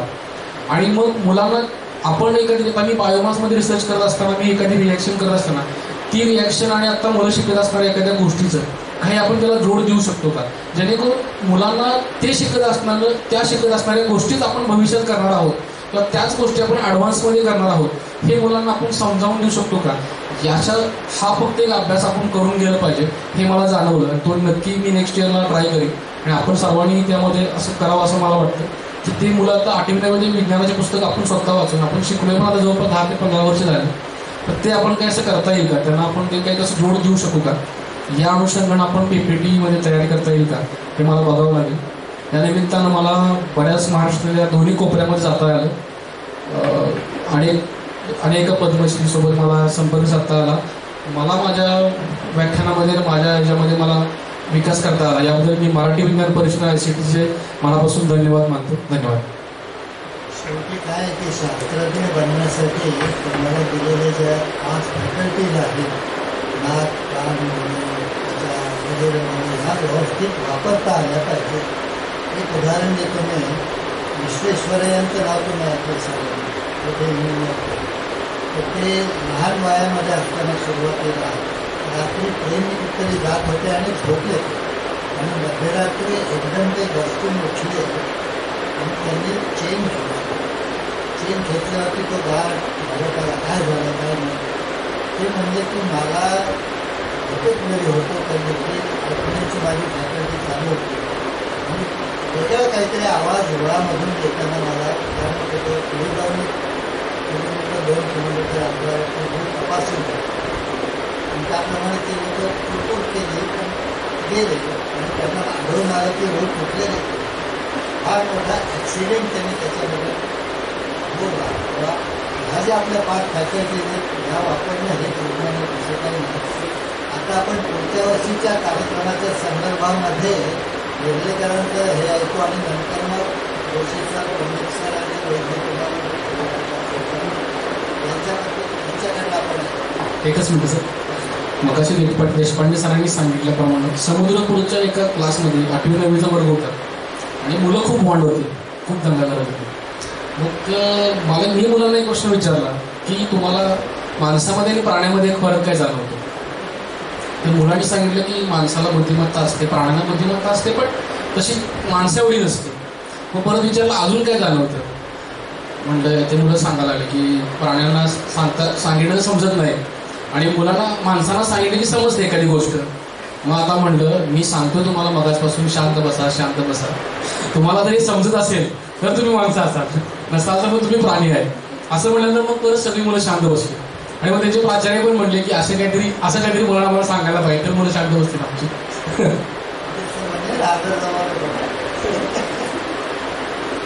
शास्त्रज्ञ बनण्यासाठी तुम्हाला दिलेले ज्या 5 फॅकल्टीज आहेत, नाक, कान वगैरे ह्या व्यवस्थित वापरता आल्या पाहिजे. एक उदाहरण देतो मी. विश्वेश्वरय्यांचं नाव तुम्ही ऐकलं. ते लहान वयामध्ये असताना सुरुवातीला रात्री ट्रेन कुठेतरी जात होते आणि झोपले आणि मध्यरात्री एकदम ते घसकून उठले आणि त्यांनी चेन घेतली. ते घेतलं की तो गाव माझ्याकडे काय झालं काय नाही ते म्हणजे की मला खूपच वेळ होतो पण अडचणीची माझी खात्याची चालू होती वेगळा काहीतरी आवाज डोळ्यामधून येताना मला त्यामुळे ते किलोमीटर 2 किलोमीटर अंतरावरती मी तपासून त्याप्रमाणे ते लोक खूप गेले आणि त्यांना दोन आरोग्य वेळ सुटले हा मोठा एक्सिडेंट त्यांनी त्याच्यामध्ये माझ्या आपल्या 5 फॅक्टरी वापरणं हे विज्ञान काही नाही आता आपण पुढच्या वर्षीच्या कार्यक्रमाच्या संदर्भामध्ये वेगळीकरांचं हे ऐकू आणि नंतर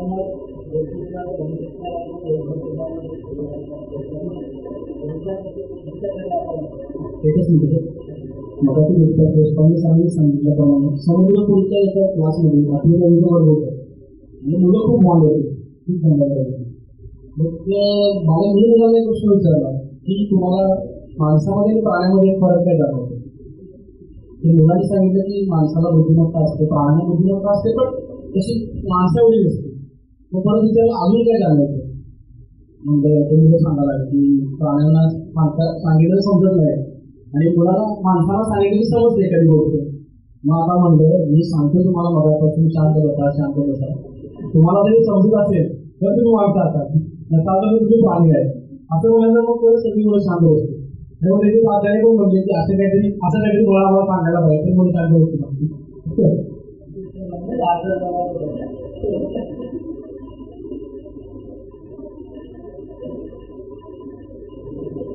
मी 2 गोष्टी आमच्या याच्याबद्दल सांगतो राहुलने जे भाषण मला आलेलं कशाला केलं त्या दिवशी रात्री मला अमितेचा मेसेज आला की चांगलं झालं याला पाठवलं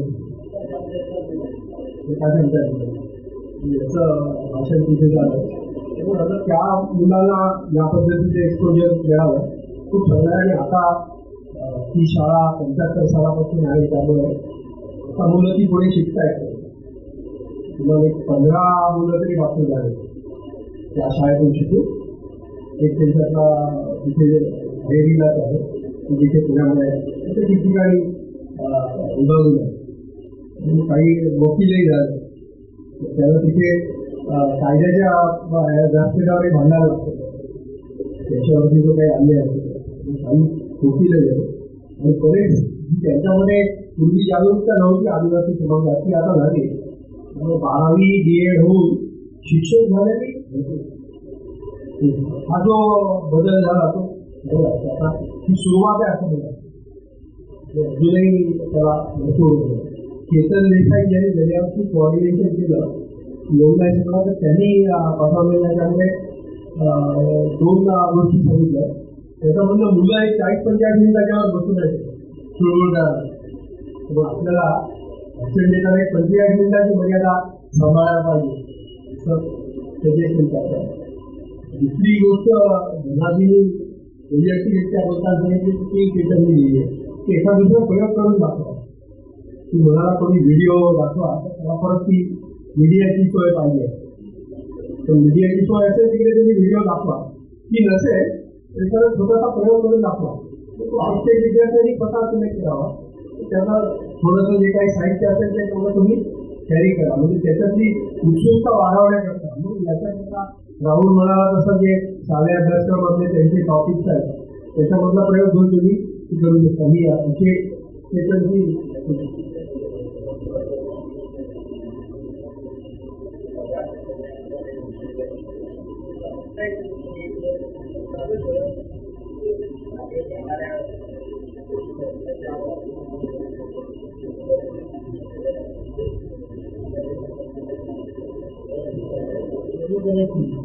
आमच्याकडे आम्हाला आवडतं म्हणून पूर्वी होते की आता स्वतंत्रपणे विज्ञान शिक्षणाचं काम करतात तर ते एक श्वास तोंडामध्ये घेऊन ते फिरतायचं आणि ते फिरत टाकण्यात आपल्याला कापत टाकत त्याची लांबी कमी करतात खूप असं अनुकूल करते भाषेसाठी हे प्रिन्सिपल कसं वापरता भाषेची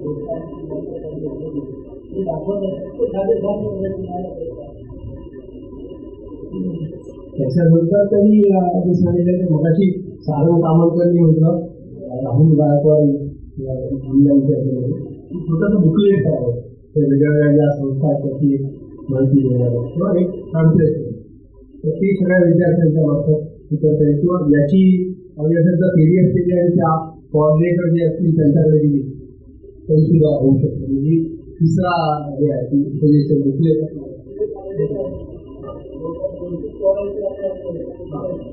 ती आपल्याला शेअर करता येईल सगळ्या सेंटर्सला जिथे जिथे आपण हा कार्यक्रम करतो. म्हणजे रेडीमेड त्यांच्याकडे जे उपलब्ध आहे किंवा कोणाला त्याचा संदर्भ पाहिजे असेल तर ते शाळेतले जेव्हा कोण शिक्षक विद्यार्थ्या बघतील त्यांच्याकडे असतील तर त्या त्या शाळेमध्ये किंवा त्या कॉलेजमध्ये त्याचा उपयोग करतो.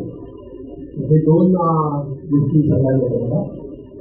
मगाशी 2-3 ठिकाणी झालं किंवा मला उशीर झाला कार्यक्रम करायला. राहुल आणि मी भेटलो होते 21 जानेवारी मुलांच्या ह्याच्यामुळे माणगावला कार्यक्रम झाला तेव्हा याचं वाचन ऐकलं आणि आमचा संवाद झाला. त्यामुळे मग मी पुढच्या टप्प्यामध्ये काय आपल्याला करता येईल तेवढी वाचन लागून उशीर जो झाला तो त्या ह्याच्यामध्ये यावर्षी आपण तो उशीर होऊन नाही झाला. त्यावेळेला धनाजींनी सांगितलं आणि आपल्या अहमदनगर आणि सोलापूर जिल्ह्यातल्या लोकांनी सांगितलं पावसाळ्यामध्ये लेक्चरमध्ये की आम्हाला काय असा पाऊस नाही पडत. आमचे महेंद्र गायचे म्हणाले की सोलापूरमध्ये कोणाकडे छत्री नाही. म्हणजे ग्राउंड रियालिटी काय आपण इथे राहून नाही केली म्हणजे ती हरकत नाही. आपण त्यावेळेलाही करू. आता जूनमध्ये शाळा कॉलेज चालू झाले की जुलैपासून आपण चालू करणार होते यावर्षी. त्यामुळे जो परीक्षेच्या जवळ असल्यामुळे सहभागी होण्याचा मुद्दा आहे यावर्षी आपण निकाली करू. आता या दरम्यान जे काही विभागांची संपर्क माझा चालू आहे त्याच्यामध्ये या भागातल्या सगळ्या विभागांनी सांगायला सुरुवात केली. लातूर आहे, बीड आहे, या जिल्ह्यांमध्ये असा हिवाळ्यात पाऊस नाही पडत. त्यामुळे जुलैमध्ये तिथे वाचन होऊ शकते. तर त्यांच्या बाजूनी त्यांनी तयारी करायला हरकत नाही. आता आपल्या बाजूनी त्याच्यामध्ये लेक्चर द्यायला लोक गेले पाहिजे तो आपल्याला तयारी करायचा. म्हणजे सुरुवातीला हा एक प्रकार आपण करू. दुसरा भाग असा की गेल्या काही ठिकाणला फक्त औरंगाबाद जाऊन करतो फक्त पुण्यात जाऊन करणार तसं आपण यावर्षी नको म्हणजे असं म्हणजे सूचना आहे.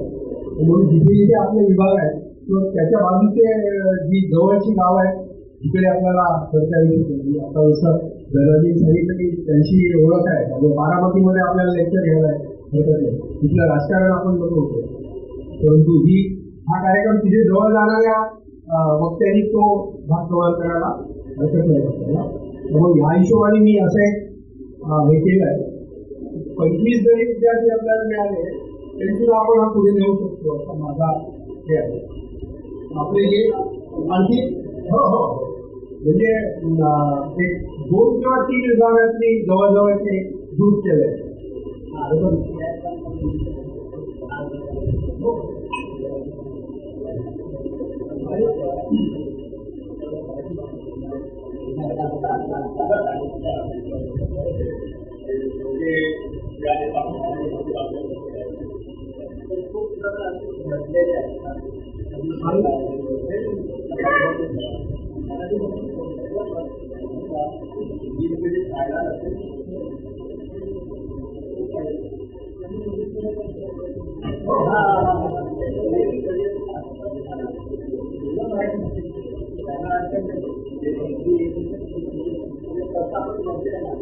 विदर्भातल्या काही ठिकाणी तुम्ही हिंदी बोलणार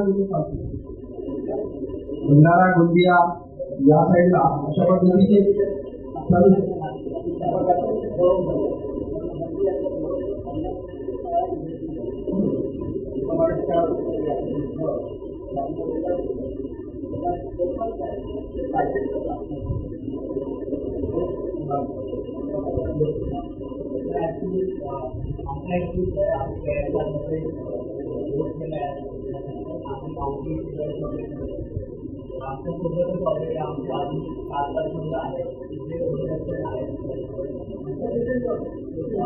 पण ते हिंदी भाषेत आहे तर ते या आजच्या कार्यक्रमाला येऊ नाही शकले. पण मी सर बोलले की जर त्या शाळांमध्ये हिंदी भाषेत नॉन मराठी इंग्लिश मिडियमचे पण आहेत हिंदी मिडियमचे पण आहेत तर अशा काही शाळांमध्ये जाण्याआधी आपण जर सर्वे करत असतो की त्या शाळांमध्ये हिंदीमध्ये लेक्चर दिलं किंवा इंग्लिशमध्ये लेक्चर दिलं तर चालणार असेल तर आमच्याकडे ऍक्च्युली अशी पण टीम आहे की जे इंटरेस्टेड आहेत ते जॉईन होऊ शकतील. आणि आहे तिथे असलेल्यांपैकी पण तुमचे पण हिंदी भाषेत कॉन्टॅक्ट वगैरे असतील की जे अजून आपल्याला जॉईन होऊ शकतील.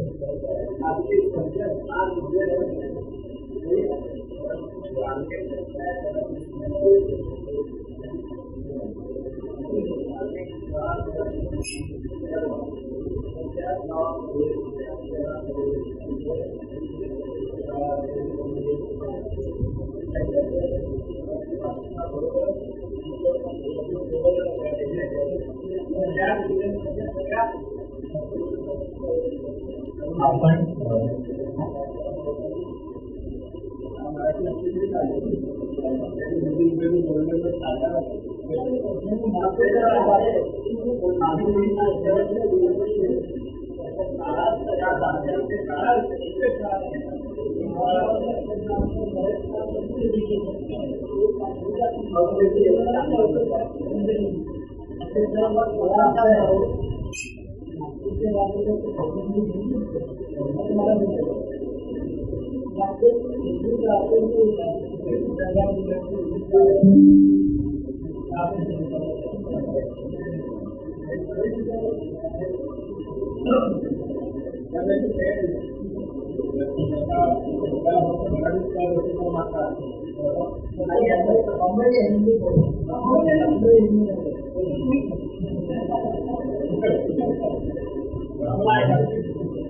आणि अजून एक गोष्ट मला सुचवायची होती की आम्ही कारण की ॲस्ट्रॉनॉमी क्लब म्हणून एक सुरू केलं आणि ॲस्ट्रॉनॉमीमध्ये स्वतः ॲस्ट्रॉनॉमी डिपार्टमेंट, तर आम्ही ॲस्ट्रॉनॉमी रिलेटेड इव्हेंट करत असतो. तर त्यापैकी आकाश निरीक्षणाचा पण आम्ही कार्यक्रम करतो.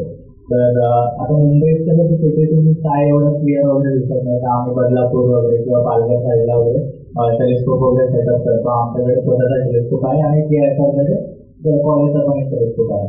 तर ग्रामीण भागात काय एकदम व्यवस्थित दिसू शकतो, तिथे ग्रह तारे वगैरे अजून व्यवस्थित दिसू शकतात. तर असे पण इव्हेंट आपल्याला करता येऊ शकतो.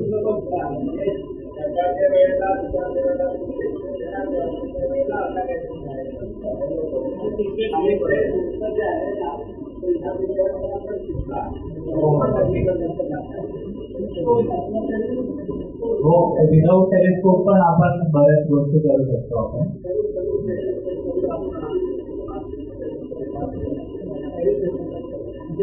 जाणार असाल ना त्या ठिकाणचा सेक्टर काय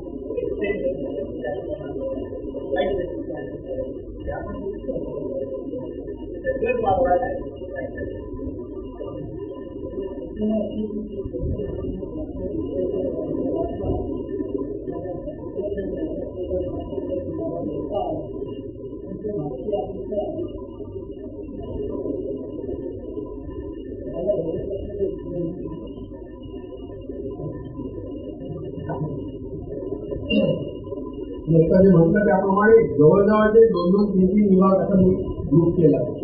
म्हणजे जाणाऱ्या माणसाला पण प्रवासाचा आणि याचा दोन्हीचा वेळ आणि कमी वेळ आणि पैसे दोन्ही त्या पद्धतीने केलं. आम्ही केला होता त्यावेळेला दोन्ही विभागांनी 7 लेक्चर केली. शाळा कॉलेज जवळजवळ जर असतील आणि एका दिवसामध्ये 4 लेक्चरही करतात. तर एका ठिकाणी 1.5 तास मॅक्झिमम पंचेचाळीस लेक्चर आहे, 10 मिनिटांचा प्रश्नोत्तर आणि बाकी काय फॉर्मॅलिटी करतात. तर 1.5 तास पुरेसा आहे. म्हणजे बदलांतर जर अर्ध्या तासात असं तर सकाळच्या आतमध्ये 2 बिफोर लंच आणि दुपारच्या आतमध्ये 2. काही ठिकाणी शाळांचा अर्ली मॉर्निंग असतो त्यावेळेला तर आपल्याला आणखी सुद्धा देऊ पण 4 लेक्चर आहे काही एका दिवशी आपल्याला इझिली देतात. तर आपल्याला पाऊण तासातच लेक्चर आहे त्याच्यापेक्षा कमी नाही. चेतननी सांगितलं परफेक्ट जो मॅटेरियल किंवा तिथल्या त्या याच्याप्रमाणे तुम्हाला कुठला वाटत आपण जो आकाशदर्शन करणार आहे त्या आधी आपण विभागाच्या लोकांना कसं चालू होतं त्याच्याशी जिथे जाणार असतात त्या सगळ्यांना आपण जे कॉन्टॅक्ट पर्सन्स आहेत त्यांच्याकडे असं थिंकिंगचा रोल केला. समजा काही लोकांना असं शक्य नाही बाबा एक आठवड्यावर जायचं म्हणजे 3 विभागामध्ये करायचं आपण त्याच्यासाठी 2 विभाग करून 4 दिवसामध्ये येऊ शकतो. डिपेंड तिथले लोक तुम्हाला किती वेळ दोन्ही बाजूनी सर जसं म्हणाले की म्हटलं 35 लोकांमध्ये आपल्याला होईल तर त्याच्यासाठी आपण 50 आले तर आपल्याला हे अजून दिलं काही एकावरती जास्त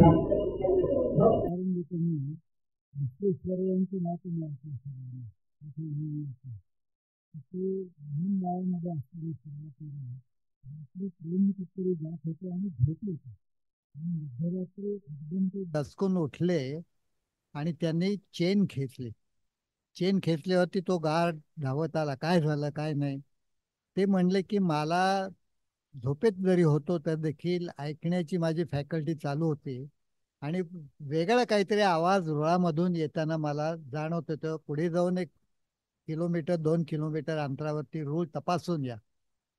आणि त्याप्रमाणे ते लोक कुरकुर केली पण गेले आणि त्यांना आढळून आलं की रूळ तुटलेले पुढे. फार मोठा ऍक्सिडेंट त्यांनी त्याच्यामधून थांबवला. तेव्हा ह्या ज्या आपल्या 5 फॅकल्टीज आहेत ह्या वापरणं हेच विज्ञान आहे, दुसरं काही नाही. आता आपण पुढच्या वर्षीच्या कार्यक्रमाच्या संदर्भामध्ये हेर्लेकरांचं हे ऐकू आणि नंतर मग जोशी सर, पंडित सर आणि वैद्य तुम्हाला जर काही बोलायचं असेल तर यांच्याकडनं आपण ऐकू. एकच मिनिट सर. हा. मगाशी देशपांडे सरांनी सांगितल्याप्रमाणे समुद्रपूरच्या एका क्लासमध्ये 8वी 9वीचा वर्ग होता आणि मुलं खूप वांड होती, खूप दंगा करत होती. मग मी मुलांना एक प्रश्न विचारला की तुम्हाला माणसामध्ये आणि प्राण्यामध्ये एक फरक काय जाणवतो. तर मुलांनी सांगितलं की माणसाला बुद्धिमत्ता असते, प्राण्यांना बुद्धिमत्ता असते, पण तशी माणसं एवढी नसते. मग परत विचारलं अजून काय जाणवतं. म्हटलं ते मुलं सांगायला लागले की प्राण्यांना सांगितलं तर समजत नाही आणि मुलांना माणसांना सांगितलं की समजते एखादी गोष्ट. मग आता म्हणलं मी सांगतो तुम्हाला मगाचपासून शांत बसा शांत बसा. तुम्हाला जर हे समजत असेल तर तुम्ही माणसं असाल, नसाल तर मग तुम्ही प्राणी आहेत. असं म्हटल्यानंतर मग परत सगळी मुलं शांत बसले आणि मग त्यांचे प्राचार्य पण म्हणले की असं काहीतरी मुलांना आम्हाला सांगायला पाहिजे तर मुलं शांत बसतील आमची. सर म्हणले ना हजरजबाबीपणा.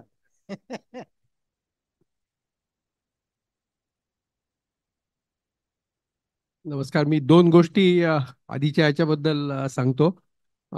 राहुलनी जे भाषण याला हेमलकसाला केलं त्याच दिवशी रात्री मला अनिकेतचा मेसेज आला, तू चांगलं झालं यांना पाठवलं तिकडे. प्रकाश आमट्यांचा मुलगा. आणि याचं भाषण तिथे झालं, चांगलं झालं. त्या मुलांना या पद्धतीचं एक्सपोजर मिळालं, खूप चांगलं आहे. आणि आता ती शाळा 75 सालापासून आहे, त्यामुळे आता मुलं ती पुढे शिकतायत चांगली. किमान एक 15 मुलं तरी डॉक्टर झाले त्या शाळेतून शिकून. एक त्यांच्यातला तिथे अहेरीलाच आहे, एक इथे पुण्यामध्ये आहे. अशा ठिकठिकाणी विभागून आहेत.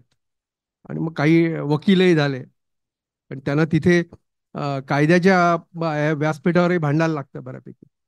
त्यांच्यावरती जो काही अन्याय होतो त्याकरता त्यामुळे काही वकीलही झाले. आणि बरेच जी त्यांच्यामध्ये पूर्वी जागरूकता नव्हती आदिवासी समाजात ती आता झाली. त्यामुळे 12वी DED होऊन शिक्षक झालेले भरपूर आहेत. हा जो बदल झाला तो चांगला आहे की आता ही सुरुवात आहे असं म्हणाल पाहिजे. आणि अजूनही त्याला भरपूर हे आहे. केतन देसाई यांनी गेल्या वर्षी कोऑर्डिनेशन केलं, येऊ नाही शकला, तर त्यांनी पाठवलेल्या त्यामध्ये 2 गोष्टी सांगितल्या आहेत. त्याचं म्हणणं मुलं एक 40-45 मिनिटाच्या वर बसू नाही शकत, चुळबुळ करायला लागतं. त्यामुळे आपल्याला भाषण देताना एक 45 मिनिटाची मर्यादा सांभाळायला पाहिजे, असं सजेशन त्याचं आहे. दुसरी गोष्ट धनाजींनी वैयक्तिकरित्या बोलताना सांगितली होती, ती केतननी लिहिली आहे की एखादा दुसरा प्रयोग करून दाखवावा. तू म्हणाला कोणी व्हिडिओ दाखवा, तर त्याला परत ती मीडियाची सोय पाहिजे. पण मीडियाची सोय असेल तिकडे तुम्ही व्हिडिओ दाखवा, ती नसेल तर एखादा छोटासा प्रयोग करून दाखवा आणि तो प्रत्येक विद्यार्थ्यांनी स्वतः सिलेक्ट करावा. तर त्याचं थोडंसं जे काही साहित्य असेल ते तेवढं तुम्ही कॅरी करा. म्हणजे त्याच्यातली उत्सुकता वाढवण्याकरता मग याच्याकरता राहुल म्हणाला तसं जे शालेय अभ्यासक्रमातले त्यांचे टॉपिक्स आहेत त्याच्यामधला प्रयोग घेऊन तुम्ही हे करू शकता. ही अशी एक केतनची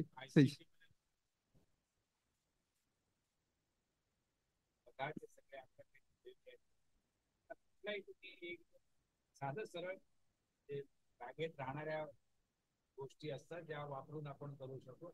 असं जर तुम्ही यूज केलं ना तर खेर्लेकर सर म्हणतात त्याप्रमाणे व्यवस्थित करता येईल. खेर्लेकर एक मिनिट, आमच्याकडे अभय यावलकर म्हणून पूर्वी होते, ते आता स्वतंत्रपणे विज्ञान शिक्षणाचं काम करतात.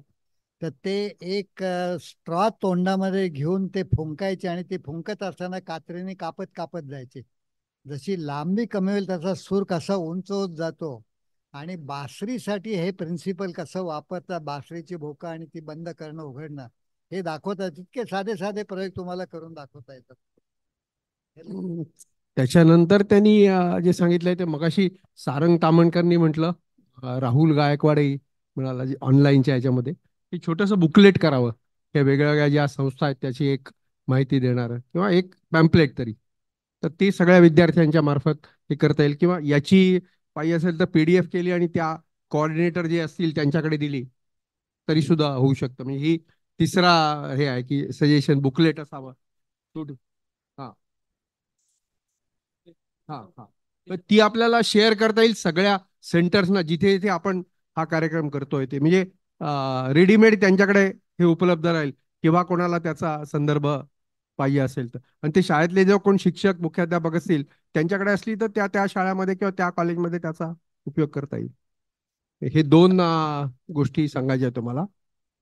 मगाशी 2-3 ठिकाणी झालं की बाबाला उशीर झाला कार्यक्रम हे करायला.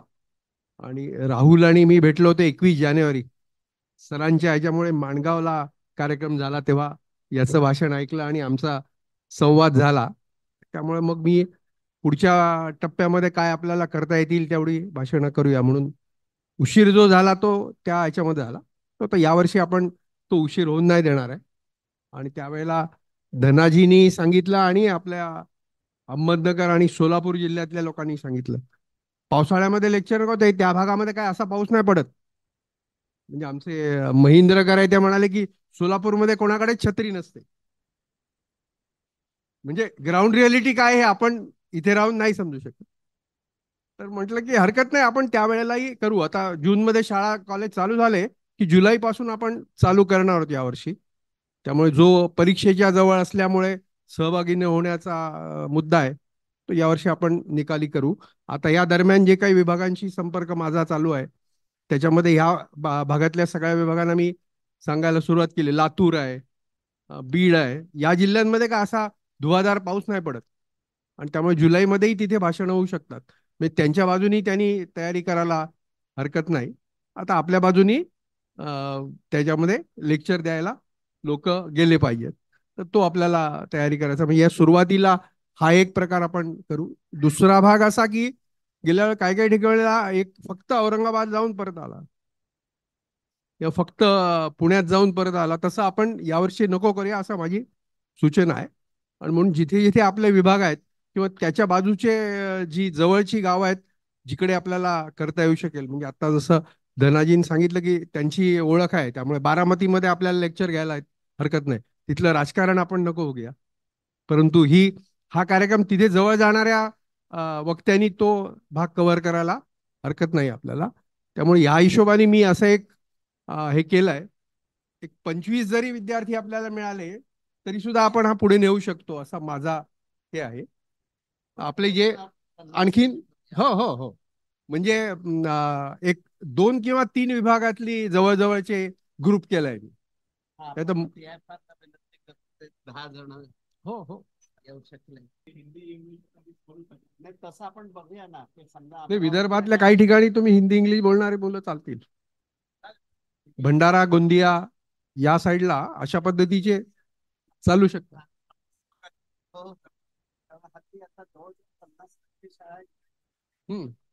मराठी शाळा खूप कमी राहिली. हो, त्यामुळे त्यांना स्कोपच आहे, ते पाहिजेतच आपल्या ग्रुपमध्ये.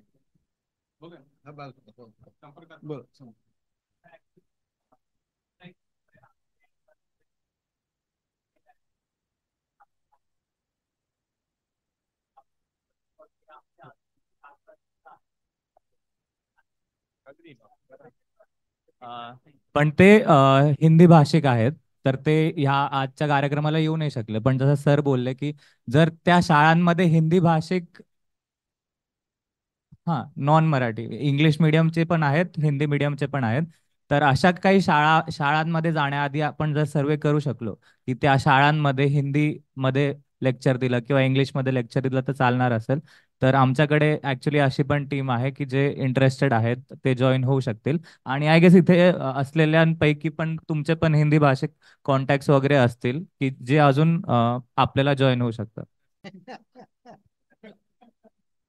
आणि आणि अजून एक गोष्ट मला सुचवायची होती की आम्ही कारण की ॲस्ट्रॉनॉमी क्लब म्हणून एक सुरू केलं आणि ॲस्ट्रॉनॉमी मी स्वतः ॲस्ट्रॉनॉमी डिपार्टमेंटमध्ये, तर आम्ही ॲस्ट्रॉनॉमी रिलेटेड इव्हेंट्स करत असतो. तर त्यापैकी एक आकाश निरीक्षणाचा पण आम्ही कार्यक्रम करतो.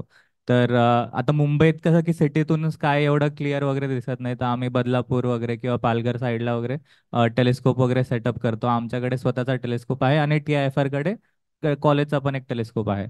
तर ग्रामीण भागात उलट स्काय एकदम व्यवस्थित दिसू शकतो, तिथे ग्रह तारे वगैरे अजून व्यवस्थित दिसू शकतात. तर असे पण इव्हेंट्स आपल्याला करता येऊ शकतात. सकाळच्या वेळेला, दुपारच्या वेळेला तुम्ही लेक्चर द्या आणि रात्रीच्या वेळेला असा काहीतरी कार्यक्रम करा. अतिशय सुरेख होईल. जे आहे ना, तर ह्या विद्यार्थ्यांना पण हा, हो हो नक्की. टेलिस्कोप येस, नसला तरी हो, विदाऊट टेलिस्कोप पण आपण बऱ्याच गोष्टी करू शकतो आपण. येस. तिथे जर तुम्ही जाणार असाल ना, त्या ठिकाणच्या सेंटरला आपल्याला चौकशी करता येते. काही मोठी कॉलेजेस त्यांच्या टेलिस्कोपही आहे, तो नॉट कॅरी करू, पण ती माझ्या असं करू नका. करा, जेवढं प्रमोट करता येईल, जे जी तुमचा एक्सपर्टीज आहे. हे सगळे लोक इंजिनिअरिंग अँड टेक्नॉलॉजीचे आहेत, तुम्ही बेसिक सायन्सेसचे आहात, त्यामुळे बेसिक सायन्सच्या रिलेटेड तुम्ही जी लेक्चर देणार तीही तितकेच उपयोगी आहेत. असं काही नवीन असेल की जे बेसिक सायन्सच्या एक्सटेन्शन मध्ये आहे, म्हणजे ॲस्ट्रॉनॉमी आहे, अप्लाइड बेसिक सायन्स, राईट, त्या पण तुम्ही कन्सिडर करू शकता. हे सगळंच वाढवायला पाहिजे आपल्याला. एक सूचना अशी की ते करत असताना त्या विषयाच्या संदर्भातला एखाद्या शास्त्रज्ञ त्याच्याबद्दल जर 5 मिनिटं तुम्हाला बोलता आलं, हेर्लेकर सर तुमचं सांगून झालं.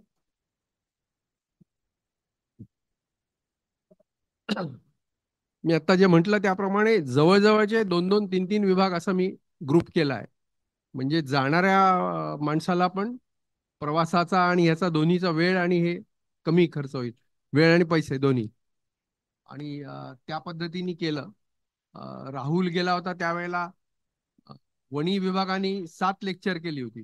शाळा कॉलेज जवळजवळ जर असतील स्थानिकरित्या तर आपल्याला एका दिवसामध्ये 4 लेक्चरही करता येतात. कारण एका ठिकाणी 1.5 तास मॅक्झिमम, 45 मिनिटाचं लेक्चर, एक 10-15 मिनिटं प्रश्नोत्तर आणि बाकी काय फॉर्मॅलिटी करतात त्याला. 1.5 तास पुरेसा आहे. म्हणजे मधलं अंतर जर अर्ध्या तासात असलं तर सकाळच्या हाफमध्ये 2 लेक्चर बिफोर लंच आणि दुपारच्या हाफमध्ये 2 लेक्चर. बरं, काही ठिकाणी शाळांचा अर्ली मॉर्निंग असतो तर त्यावेळेला तर आपल्याला आणखीन सुद्धा घेता येऊ शकतं. पण 4 लेक्चर ॲट अ टाइम एका दिवशी आपल्याला इझिली घेता येतात. कारण आपल्याला पाऊण तासाचंच लेक्चर आहे, त्याच्यापेक्षा पलीकडे नाही. जे केतननी सांगितलंय तर परफेक्ट हे आहे. हा, आणि मग रात्रीच्या वेळेला तिथल्या त्या ह्याच्याप्रमाणे तुम्हाला कुठचा स्पॉट आहे आणि आपण जो आकाश दर्शन करणार आहे त्या आधी आपण विभागाच्या लोकांना तसं सांगू आणि त्यांच्याशी हे करता येईल. तुम्ही जिथे जाणार असाल त्या सगळ्यांना आपण कल्पना देऊ, तिथले जे कॉन्टॅक्ट पर्सन्स आहेत त्यांच्याकडे हे करू. असा 3-3चा ग्रुप केलाय. समजा काही लोकांना असं शक्य नाहीये बाबा एक आठवडाभर जायचं आणि 3 विभागामध्ये करायचे, तर आपण त्याच्याऐवजी 3च्या ऐवजी 2 विभाग करून 4 दिवसामध्ये ते ऍडजस्ट करता येऊ शकतं. डिपेंड्स तिथले लोक कसा रिस्पॉन्स देतात आणि तुम्हाला किती वेळ उपलब्ध आहे. आपण हे दोन्ही बाजूनी करू शकतो. म्हणून सर जसं म्हणाले की मी म्हटलं 25-1 लोकांमध्ये आपल्याला होईल, तर त्याच्याऐवजी आपण 50 आले तर आपल्याला हे अजून डिवाइड करता येईल एकावरती जास्ती. हा, आणि जवळजवळची आणखीन जे कधी गावं आपल्याला कव्हर करता आली तर ती ऍड करता येतील. मग अशी संतोष कुलकर्णींनी सांगितलं त्यांचं लातूर जिल्ह्यामध्ये ग्रामीण ह्याच्यात आहे, तर लातूर प्रॉपरला आपल्याकडे विभाग नाही आहे. आणि ते म्हणाले तसा तो लातूर पॅटर्न सगळीकडे गाजतोय, पण ते लोक या बाजूला नाही आहेत कुठे. ते 10वीच्या परीक्षेला मेरिट आहे, या IIT ला हे आहे किंवा नीटला आहे, पण या फील्डमध्ये नाही आहेत विशेष. आता ICT मध्ये कदाचित लातूरचे लोक आले असतील तर मला कल्पना नाही. हा, तर त्या पद्धतीमध्ये पण ही जागरूकता तिथे व्हायला पाहिजे असं मी समजतो. कारण त्यांचं नाव सगळीकडे याच माध्यमातून आहे, तर तिथेही आपल्याला अशी जी ऍडजॉइनिंग प्लेसेस आहेत तिथेही आपल्याला सहजी घेता येईल. उस्मानाबाद प्रॉपर आपल्याकडे हे नाहीये, विभाग नाहीये, पण तिथलेही काही मंडळी ओळखीची आहेत, त्यांच्या माध्यमातून तिथेही घेता येईल. म्हणजे त्या जिल्ह्यात जो जाईल त्याला उस्मानाबादला पण करता येऊ शकतं. आपल्याला टाइम अवेलेबल किती आहे त्याप्रमाणे ते फ्लेक्झिबल ठेवून त्या पद्धतीने करता येईल. म्हणजे हे असं आपण जर केलं तर हरकत नाही. लिफलेट आहे त्याचा छापायचं का कसं करायचं आपण बघू, पण PDF जी आहे ती आपण डेफिनेटली शेअर करू शकतो. ती आपण सगळ्यांनी लक्षात ठेवा की ती राहुलकडून तुम्ही हे तुमच्याकडे घेऊन ठेवा. त्या त्या कोऑर्डिनेटरला आणि त्या तिथल्या जिथे शाळा कॉलेजमध्ये जाल त्या मुख्य यांना, जो संयोजक असेल त्याला ती तुम्ही उपलब्ध करून द्या. आणि लिफलेट आपण छापायचं असेल तर तेही आपण लक्षात घेऊ. हा, म्हणजे ते सगळ्यांना आपल्याला देता येईल. प्रत्येक शाळेमध्ये किंवा कॉलेजमध्ये जिथे जाऊ तिथे एक ते प्रिंटही कॉपी दिली तरी हरकत नाही.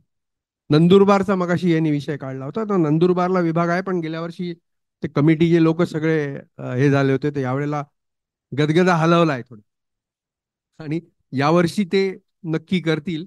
शनिवारी विज्ञानवारी त्यांना सांगितलं आहे नंदुरबारच्या लोकांना, आणि त्या ह्याच्यातही करतील. दुसरा एक अहमदनगरकडे जरा ढिले पडले होते लोक, त्यांनाही हे केलंय. त्यांचं आता या महिन्यापासून पुन्हा सुरू होते. म्हणजे अहमदनगर मधले जे विभाग आहेत तिथेही कोणी जाऊ शकतात. गेल्या वर्षी आपल्याला तो जिल्हा कव्हर नाही करता आला, आणि आता तिथेही पावसाचं हेच आहे. त्यामुळे अहमदनगरलाही जुलैमध्ये 3 पैकी 2 विभागांनी तयारी दाखवली आहे. त्यामुळे तिथेही आपल्याला अहमदनगरला जुलैमध्ये जाता येईल. तर तुमची जी काही शेड्यूल असतील त्याच्यामध्ये कोण अवेलेबल आहे त्याप्रमाणे आपण जाऊन हे करू शकतो. आणखीन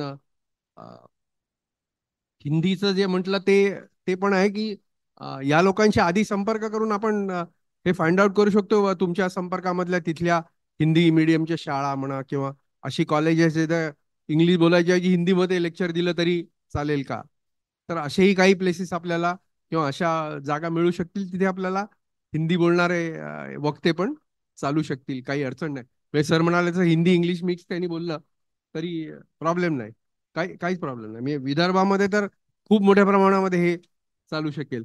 इव्हन औरंगाबाद साईडला वगैरे त्या पद्धतीने चालू शकेल. म्हणजे तसंही वक्ते आपल्याला असले तरी काही हरकत नाही. आणि गोवा किंवा त्या साईडला गेल्या वर्षी एक हे तयार झाली होती, तर त्यांनी असं म्हटलं की बाबा काय कोकणीत बोलणारे असेल तर अधिक चांगलं. म्हटलं काय हरकत नाही. ती कोकणी म्हणजे गोव्याचीच रेसिडेंट आहे, तिला तिथलं हे दिलं होतं, पण समाव ते वेळ जुळला नाही.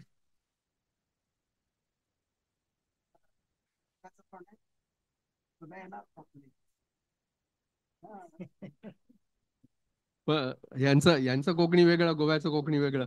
तर ती गोव्याचीच मुलगी आहे, मला नाव लक्षात नाही आता, परंतु तिने कोकणीमध्येही बोलायची तयारी दर्शवली होती. तर ते म्हणाले काही लोकांना ते मराठी तेवढं नीट समजणार नाही, आणि ती मुलं शाळेची आहे तर इंग्लिशही तेवढं समजत नाही, म्हणून मग ते कोकणीत बोललं. आणि असं जर बडोद्याचे लोक आमचे तयार झाले तर गुजरातीत बोलणारही कोणी असेल तर आपल्याला चालू शकेल. पण गुजरात ह्याला बडोद्याला इंग्लिशमध्येही काही हरकत नाही, कारण बडोद्याची मराठी वस्ती खूप कमी झाली, जरी विभाग आहे आमचा तरी. त्यामुळे मराठी शाळा किंवा हे विशेष नाही आहे. त्यामुळे तिथे जाणारा वक्त्याला हिंदी, इंग्रजी किंवा गुजराती असंच बोलायला यावं लागेल. ठीक आहे. गोव्याला विभाग आहे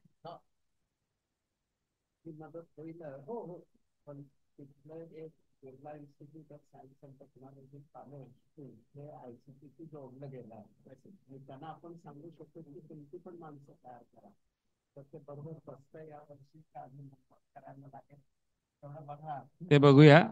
जसं तुम्ही बिट्स पिलानी गोवा कॅम्पस हा एक पॉसिबिलिटी आहे, तसंच आपले सध्याचे जे रजिस्ट्रार आहेत ते ओरिजिनली बाटूचे आहेत.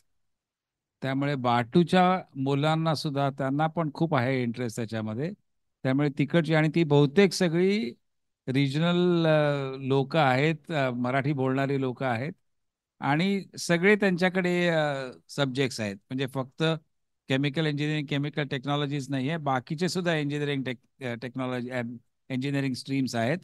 त्यामुळे माझं रजिस्ट्रार सरांशी बोलणं झालं, ते म्हणाले आमच्या मुलांनाही, आमच्या पिढीच्या मुलांनाही आवडेल याच्यामध्ये इन्व्हॉल्व्ह व्हायला. त्यामुळे ती पण आपल्याला एक पॉसिबिलिटी एक्सप्लोर करता येईल. आता ह्याच्यामध्ये तुमच्या सगळ्यांचे ईमेल ॲड्रेसेस आणि फोन नंबर दिलेले आहेत. तर हेर्लेकर आणखीन योगेश सोमण हे आता जुलैपासून कार्यक्रम ठरवायला सुरुवात करतील, तुमच्याशी संपर्क साधतील आणि त्याप्रमाणे आपण कार्यक्रम सुरू करू. हो, एक मीटिंग. हो, ती नाही, जुलैच्या आधी नको, मला वाटतं 1 जुलैला आहे, जुलैच्या फर्स्ट वीक मध्ये करू. ते कारण मग सगळं कॉलेज सुरू झालं की मग सगळे मुलं येतील सर सुट्टीच्या. या मुलांनी सुरुवात होईल आणि नवीन येतील. आणि राहुल हा, जुलै 8-10च्या दरम्यान आपण केलं ना तर अगदी व्यवस्थित होईल ते सगळं. आणि राहुल असं कर की ह्या सगळ्यांचं एक तुला झेरॉक्स कॉपी देऊ आत्ता, आणि ह्या सगळ्यांना विशेषतः नवीन आहेत ते 2-3 जण, यांना तुमचं एक मॉडेल लेक्चर जे आहे बनगे सरांनी दिलेलं ते द्या. म्हणजे विषय वेगळा असला परंतु काय पद्धतीने ते चालतं ते त्यांच्या लक्षामध्ये येईल. आता पंडित सरांना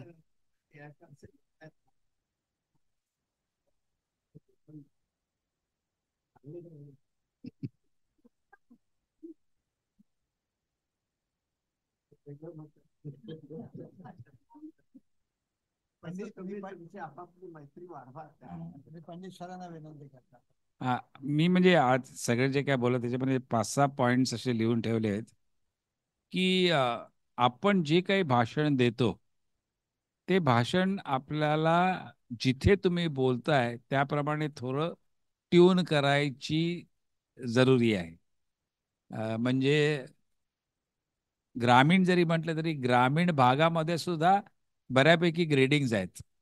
त्याच्यामध्ये पण जसं तू म्हणालास तसं जरी आपण त्याला ग्रामीण म्हटलं तरी आधीचा साहित्यिकांचा सहवास, साहित्यिकांची नावं त्यामुळे आपण करताना असा एखाद ॲडिशनल पीपीटीचा सेट ठेवा वेगळा, की त्या ट्रान्सपरन्सीज आयदर आपण वापरायच्या किंवा नाही वापरायच्या, की ज्याप्रमाणे ऑडियन्स आहे त्याप्रमाणे आपल्याला ते करता आलं पाहिजे.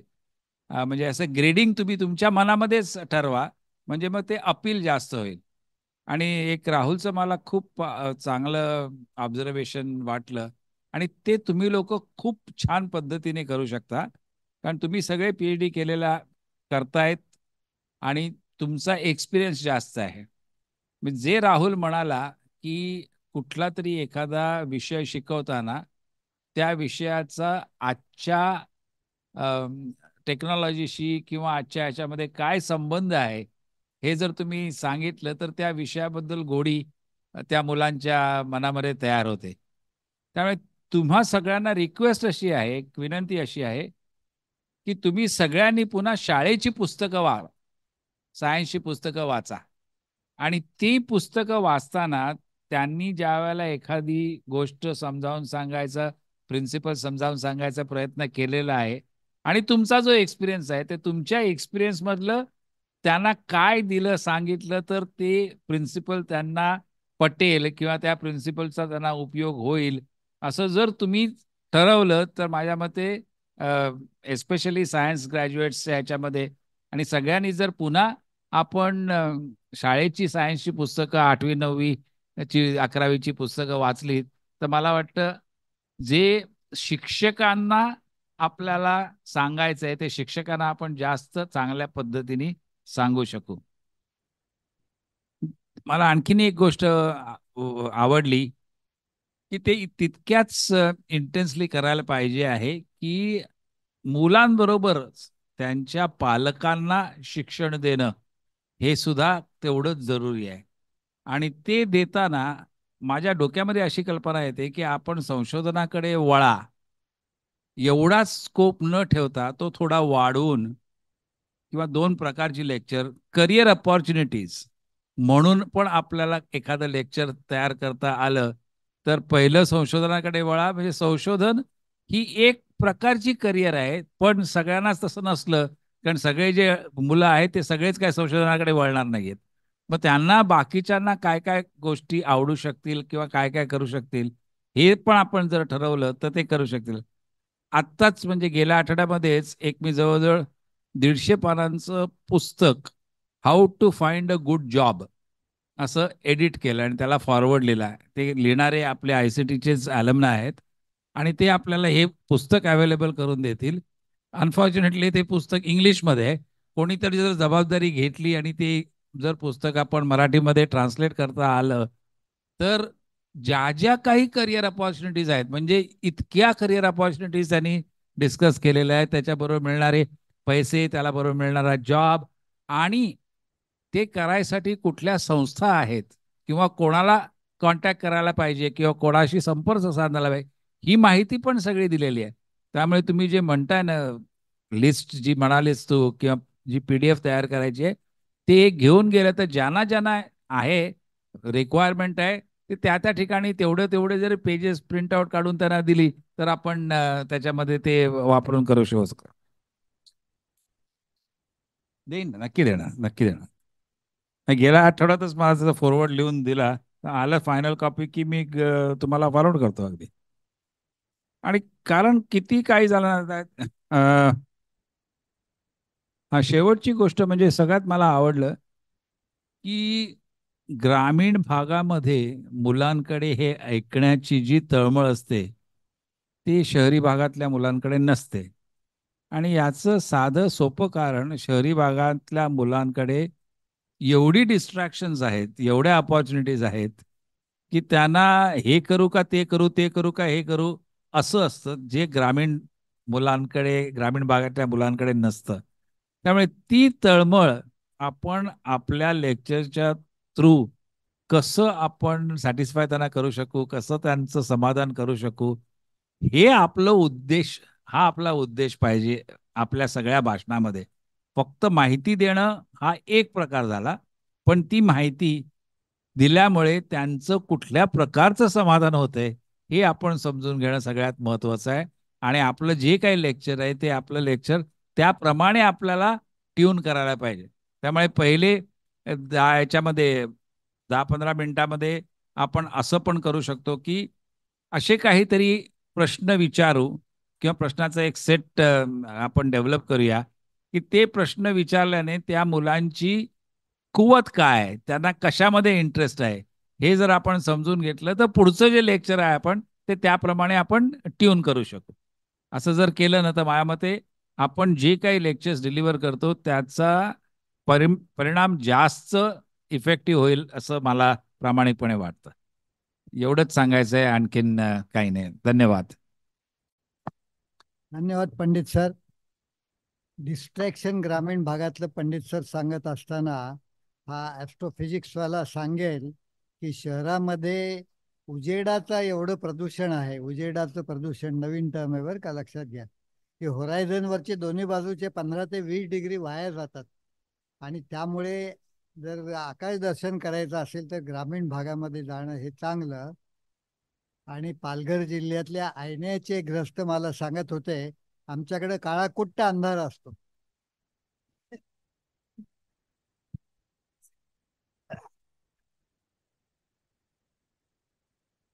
हे खरंच चालू आहे का?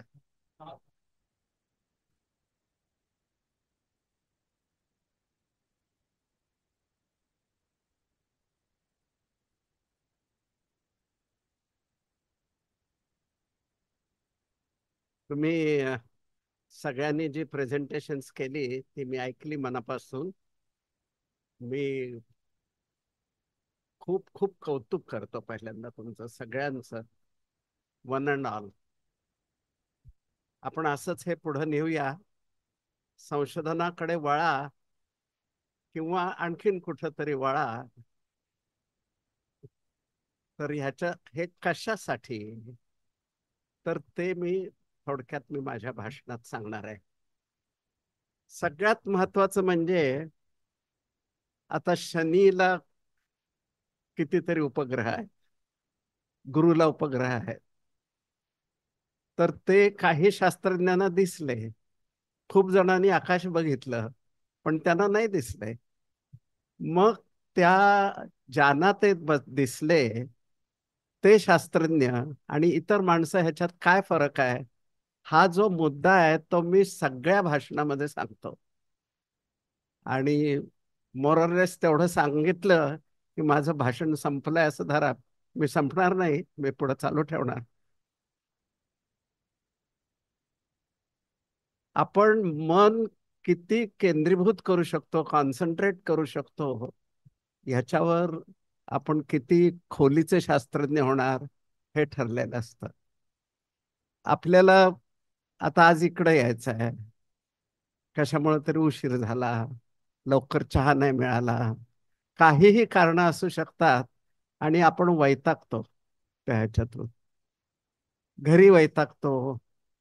असं तुम्ही तुमच्या आयुष्यामधली आठवणी काढा की आईला तुम्ही कधीतरी एकदा म्हणालात का, एकदा तरी. तक्रारी खूप केल्या असतील की तुझ्यामुळे माझं सगळं शिक्षण झालं, मी आत्तापर्यंत इथपर्यंत आलो, ते सगळं क्रेडिट तुला आहे. असं का नाही बरं म्हणत आपण?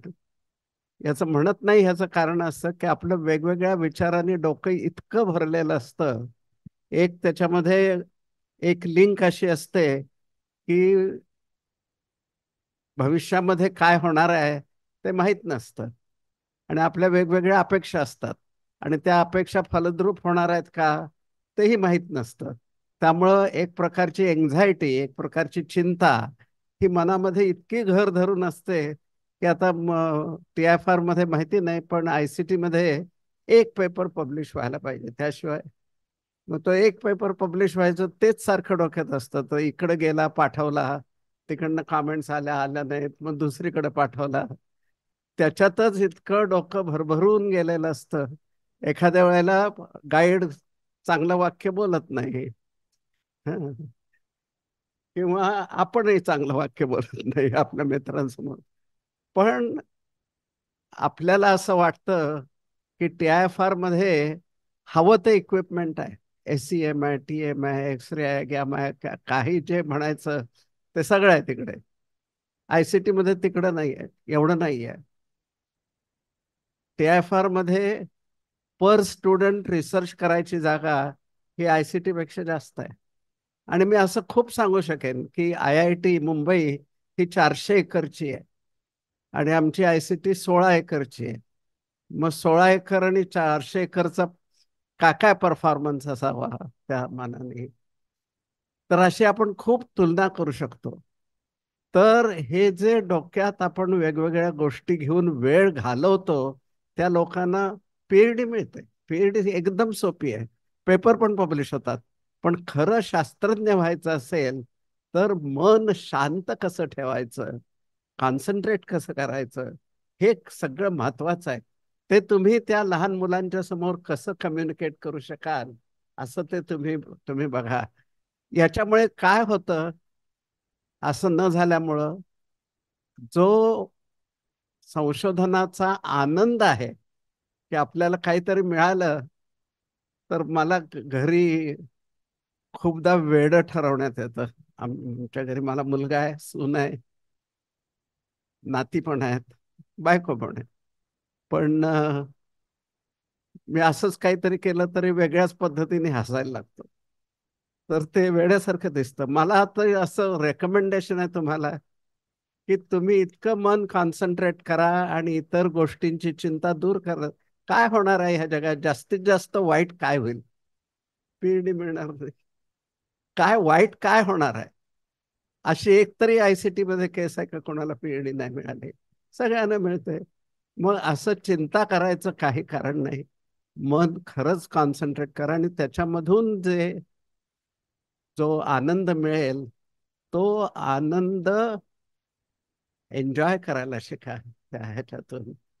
म्हणजे किती जागा आहे संशोधनासाठी, केवढी मोठी लायब्ररी आहे, किती मोठं इंटरनेट आहे, किती विद्यार्थी आहेत, किती फेलोशिप आहेत, किती टीचर्स आहेत, काहीही महत्वाचं नाही आहे. खरं आपलीच कॉन्सन्ट्रेट करायची किती ताकद आपण वाढवतोय वेगवेगळ्या पद्धतीने, आता तुम्ही हे सगळीकडे जाताय, तिथल्या गोष्टी बघताय. एखादा तलाव असतो, सुंदर तलाव असतं, सुंदर जग असतं, माणसं सुंदर असतात. तर ते आपण बघतो का, की कोण किती सुंदर आहे, कोणाचा चांगला पोशाख असतो. अप्रिशिएट करायचं ह्याच्यामध्ये, म्हणजे थोडंसं भान राखायचं की कोणाचा एक पोशाख आपण अप्रिशिएट करतो. भान ठेवायला काही हरकत नाही, पण ते भान पण येईलच. तर हा माझा महत्वाचा मुद्दा आहे की मन कॉन्सन्ट्रेट करायला शिका, बाकी सगळ्या गोष्टी येतात. इथं मी परिषदेमध्ये किंवा तुम्हालाही मगाशी मी सांगितलं की तुम्हाला किती टेलिस्कोप लागले, आपण आणू ना टेलिस्कोप विकत, ते सोपं आहे हो. पण तुम्ही उत्साहाने तयार झाला, ही महत्वाची पायरी आपण गाठतोय, हे महत्वाचं आहे सगळ्यात. आणि तुम्ही जर असं तयार केलं की तुम्हाला जायचं यायचं आहे, कुठं काहीतरी चांगलं खायला मिळतं, हा, त्यावेळेला आनंद मिळतो का डोक्यात मारे माजून माझा पहिला पेपर झाला नाही. आलं का लक्षात? माझ्या बोलण्याचा अर्थ समजून घ्या. सगळ्या ज्या ह्या प्रकारच्या काळज्या आहेत त्याच्यामुळे तुमची ही एफिशियन्सी कमी होते. पद्मभूषण मिळालं हे तेवढ्याच साठी की मी माझा चांगला वेळ, जास्त वेळ सत्कारणी लावतो. आणि मी तुम्हाला प्रॉमिस देतो की माझ्या इतका तुम्ही वेळ लावला तर प्रत्येकाला पद्मभूषण मिळेल. पण हा जो हे जे आहे ते एक महत्वाचं. दुसरा भाग चांगला एक सांगायचा होता मला तुम्हाला. एक नॅशनल इनोव्हेशन फाउंडेशन आहे. आपले माशेलकर सर त्याचे अध्यक्ष होते आणि सेक्रेटरी अनिल गुप्ता म्हणून आहेत, प्राध्यापक अनिल गुप्ता. तर गावागावांमध्ये त्यांनी हिंडून 3 लाख, मी मराठीत सांगतोय, 0.3 मिलियन एवढ्या संशोधनाच्या शक्यताचा त्यांनी एन्सायक्लोपीडिया तयार केला. बरोबर. मग नंदुरबार जिल्ह्यात जा ना, तिथं 10 गोष्टी मिळतील. पण ते मूळ भाषेत न सांगता सोप्या भाषेत त्या मुलांना, म्हणजे एखादा समजा एखाद्या फळापासून खूप चांगल्या गोष्टी तयार करता येत असतील तर ते सोप्या गोष्टीमध्ये सांगून त्याला असं रूप द्यायचं की सध्या तुम्हाला ह्या गोष्टी फुकट जात आहेत, ह्याच्यातून तुम्हाला दरवर्षी 100 कोटी मिळू शकतात जर तुम्ही केलं तर. म्हणजे मग त्यांना संशोधनाकडे वळायला अट्रॅक्शन तयार होईल.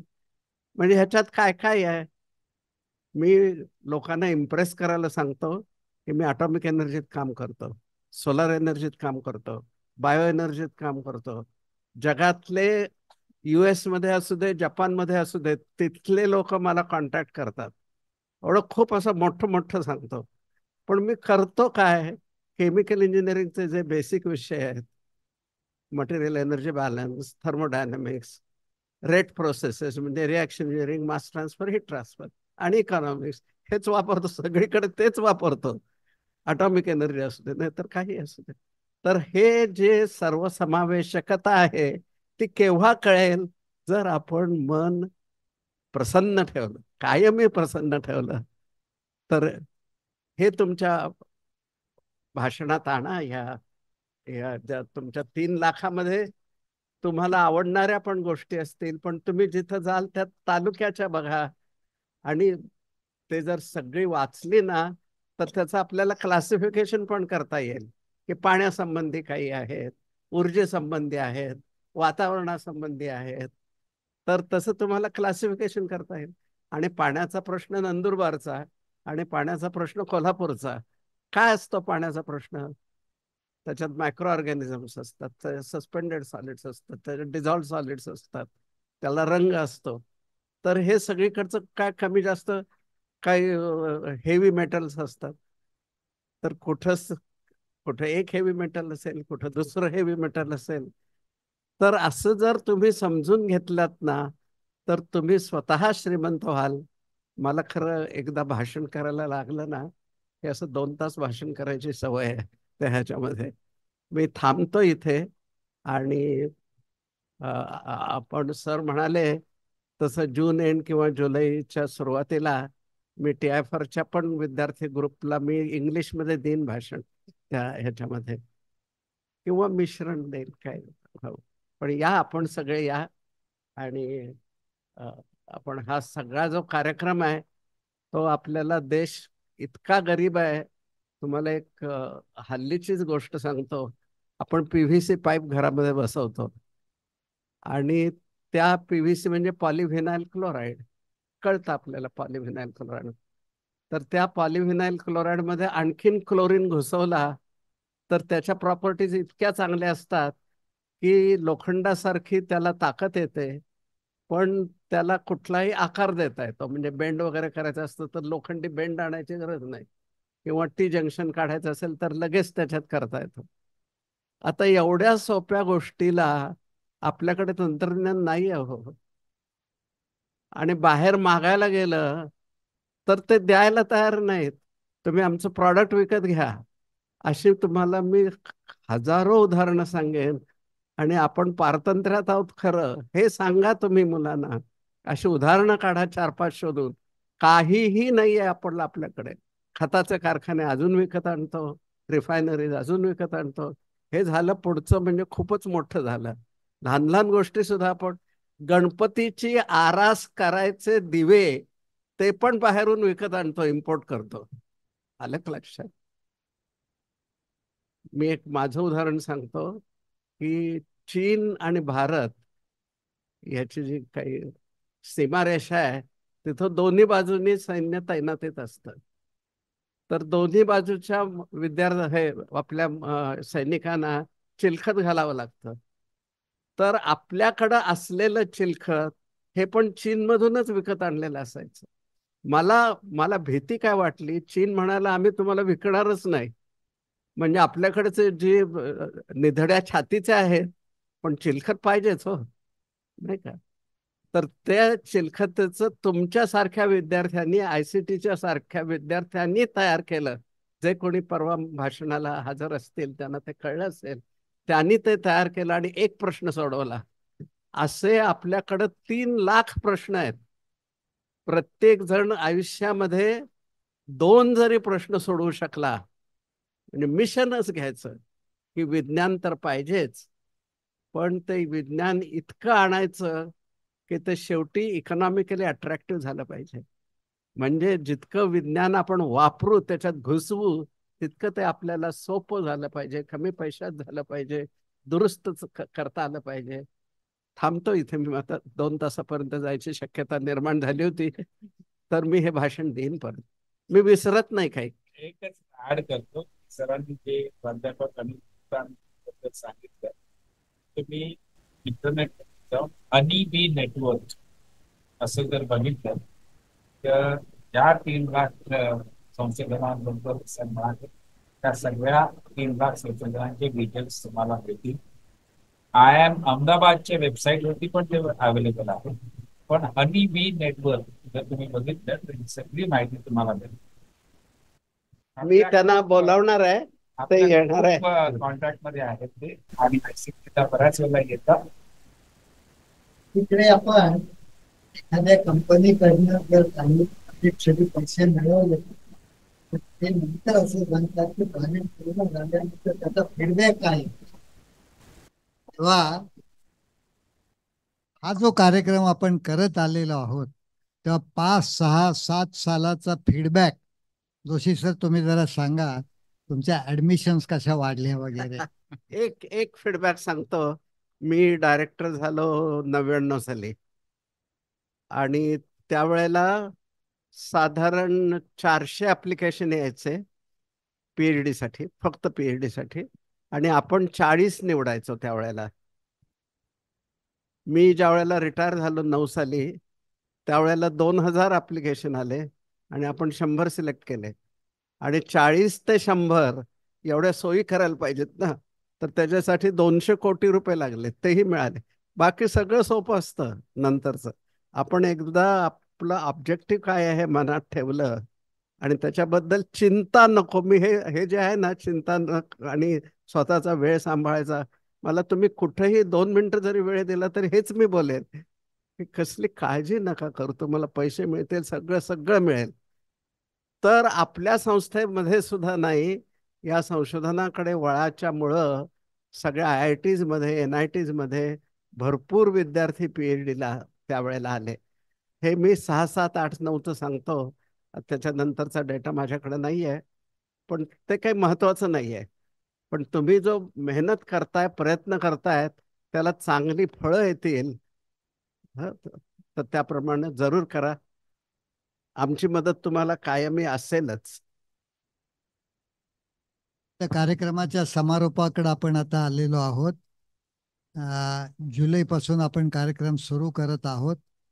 त्याच्यासाठी हेर्लेकर आणखीन योगेश सोमण हे आता तुम्हाला कळवतील तुम्ही कुठं जायचं, काय जायचं. काही बदल हवा असेल तर, म्हणजे जसं हिने सांगितलं मटकरने की तिला तिच्या भागामध्ये जायला मजा वाटली, तशी जागा आपल्याला निवडता येईल, तो प्रश्न नाही आहे.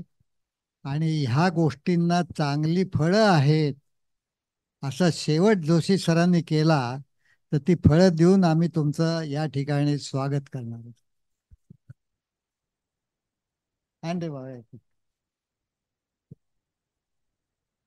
काही जणांना जोशी सर देतील, काही जणांना पंडित सर देतील, आणि एक दोघांना आपण यांच्या हस्ते सुद्धा देऊ, उल्हास वैद्य.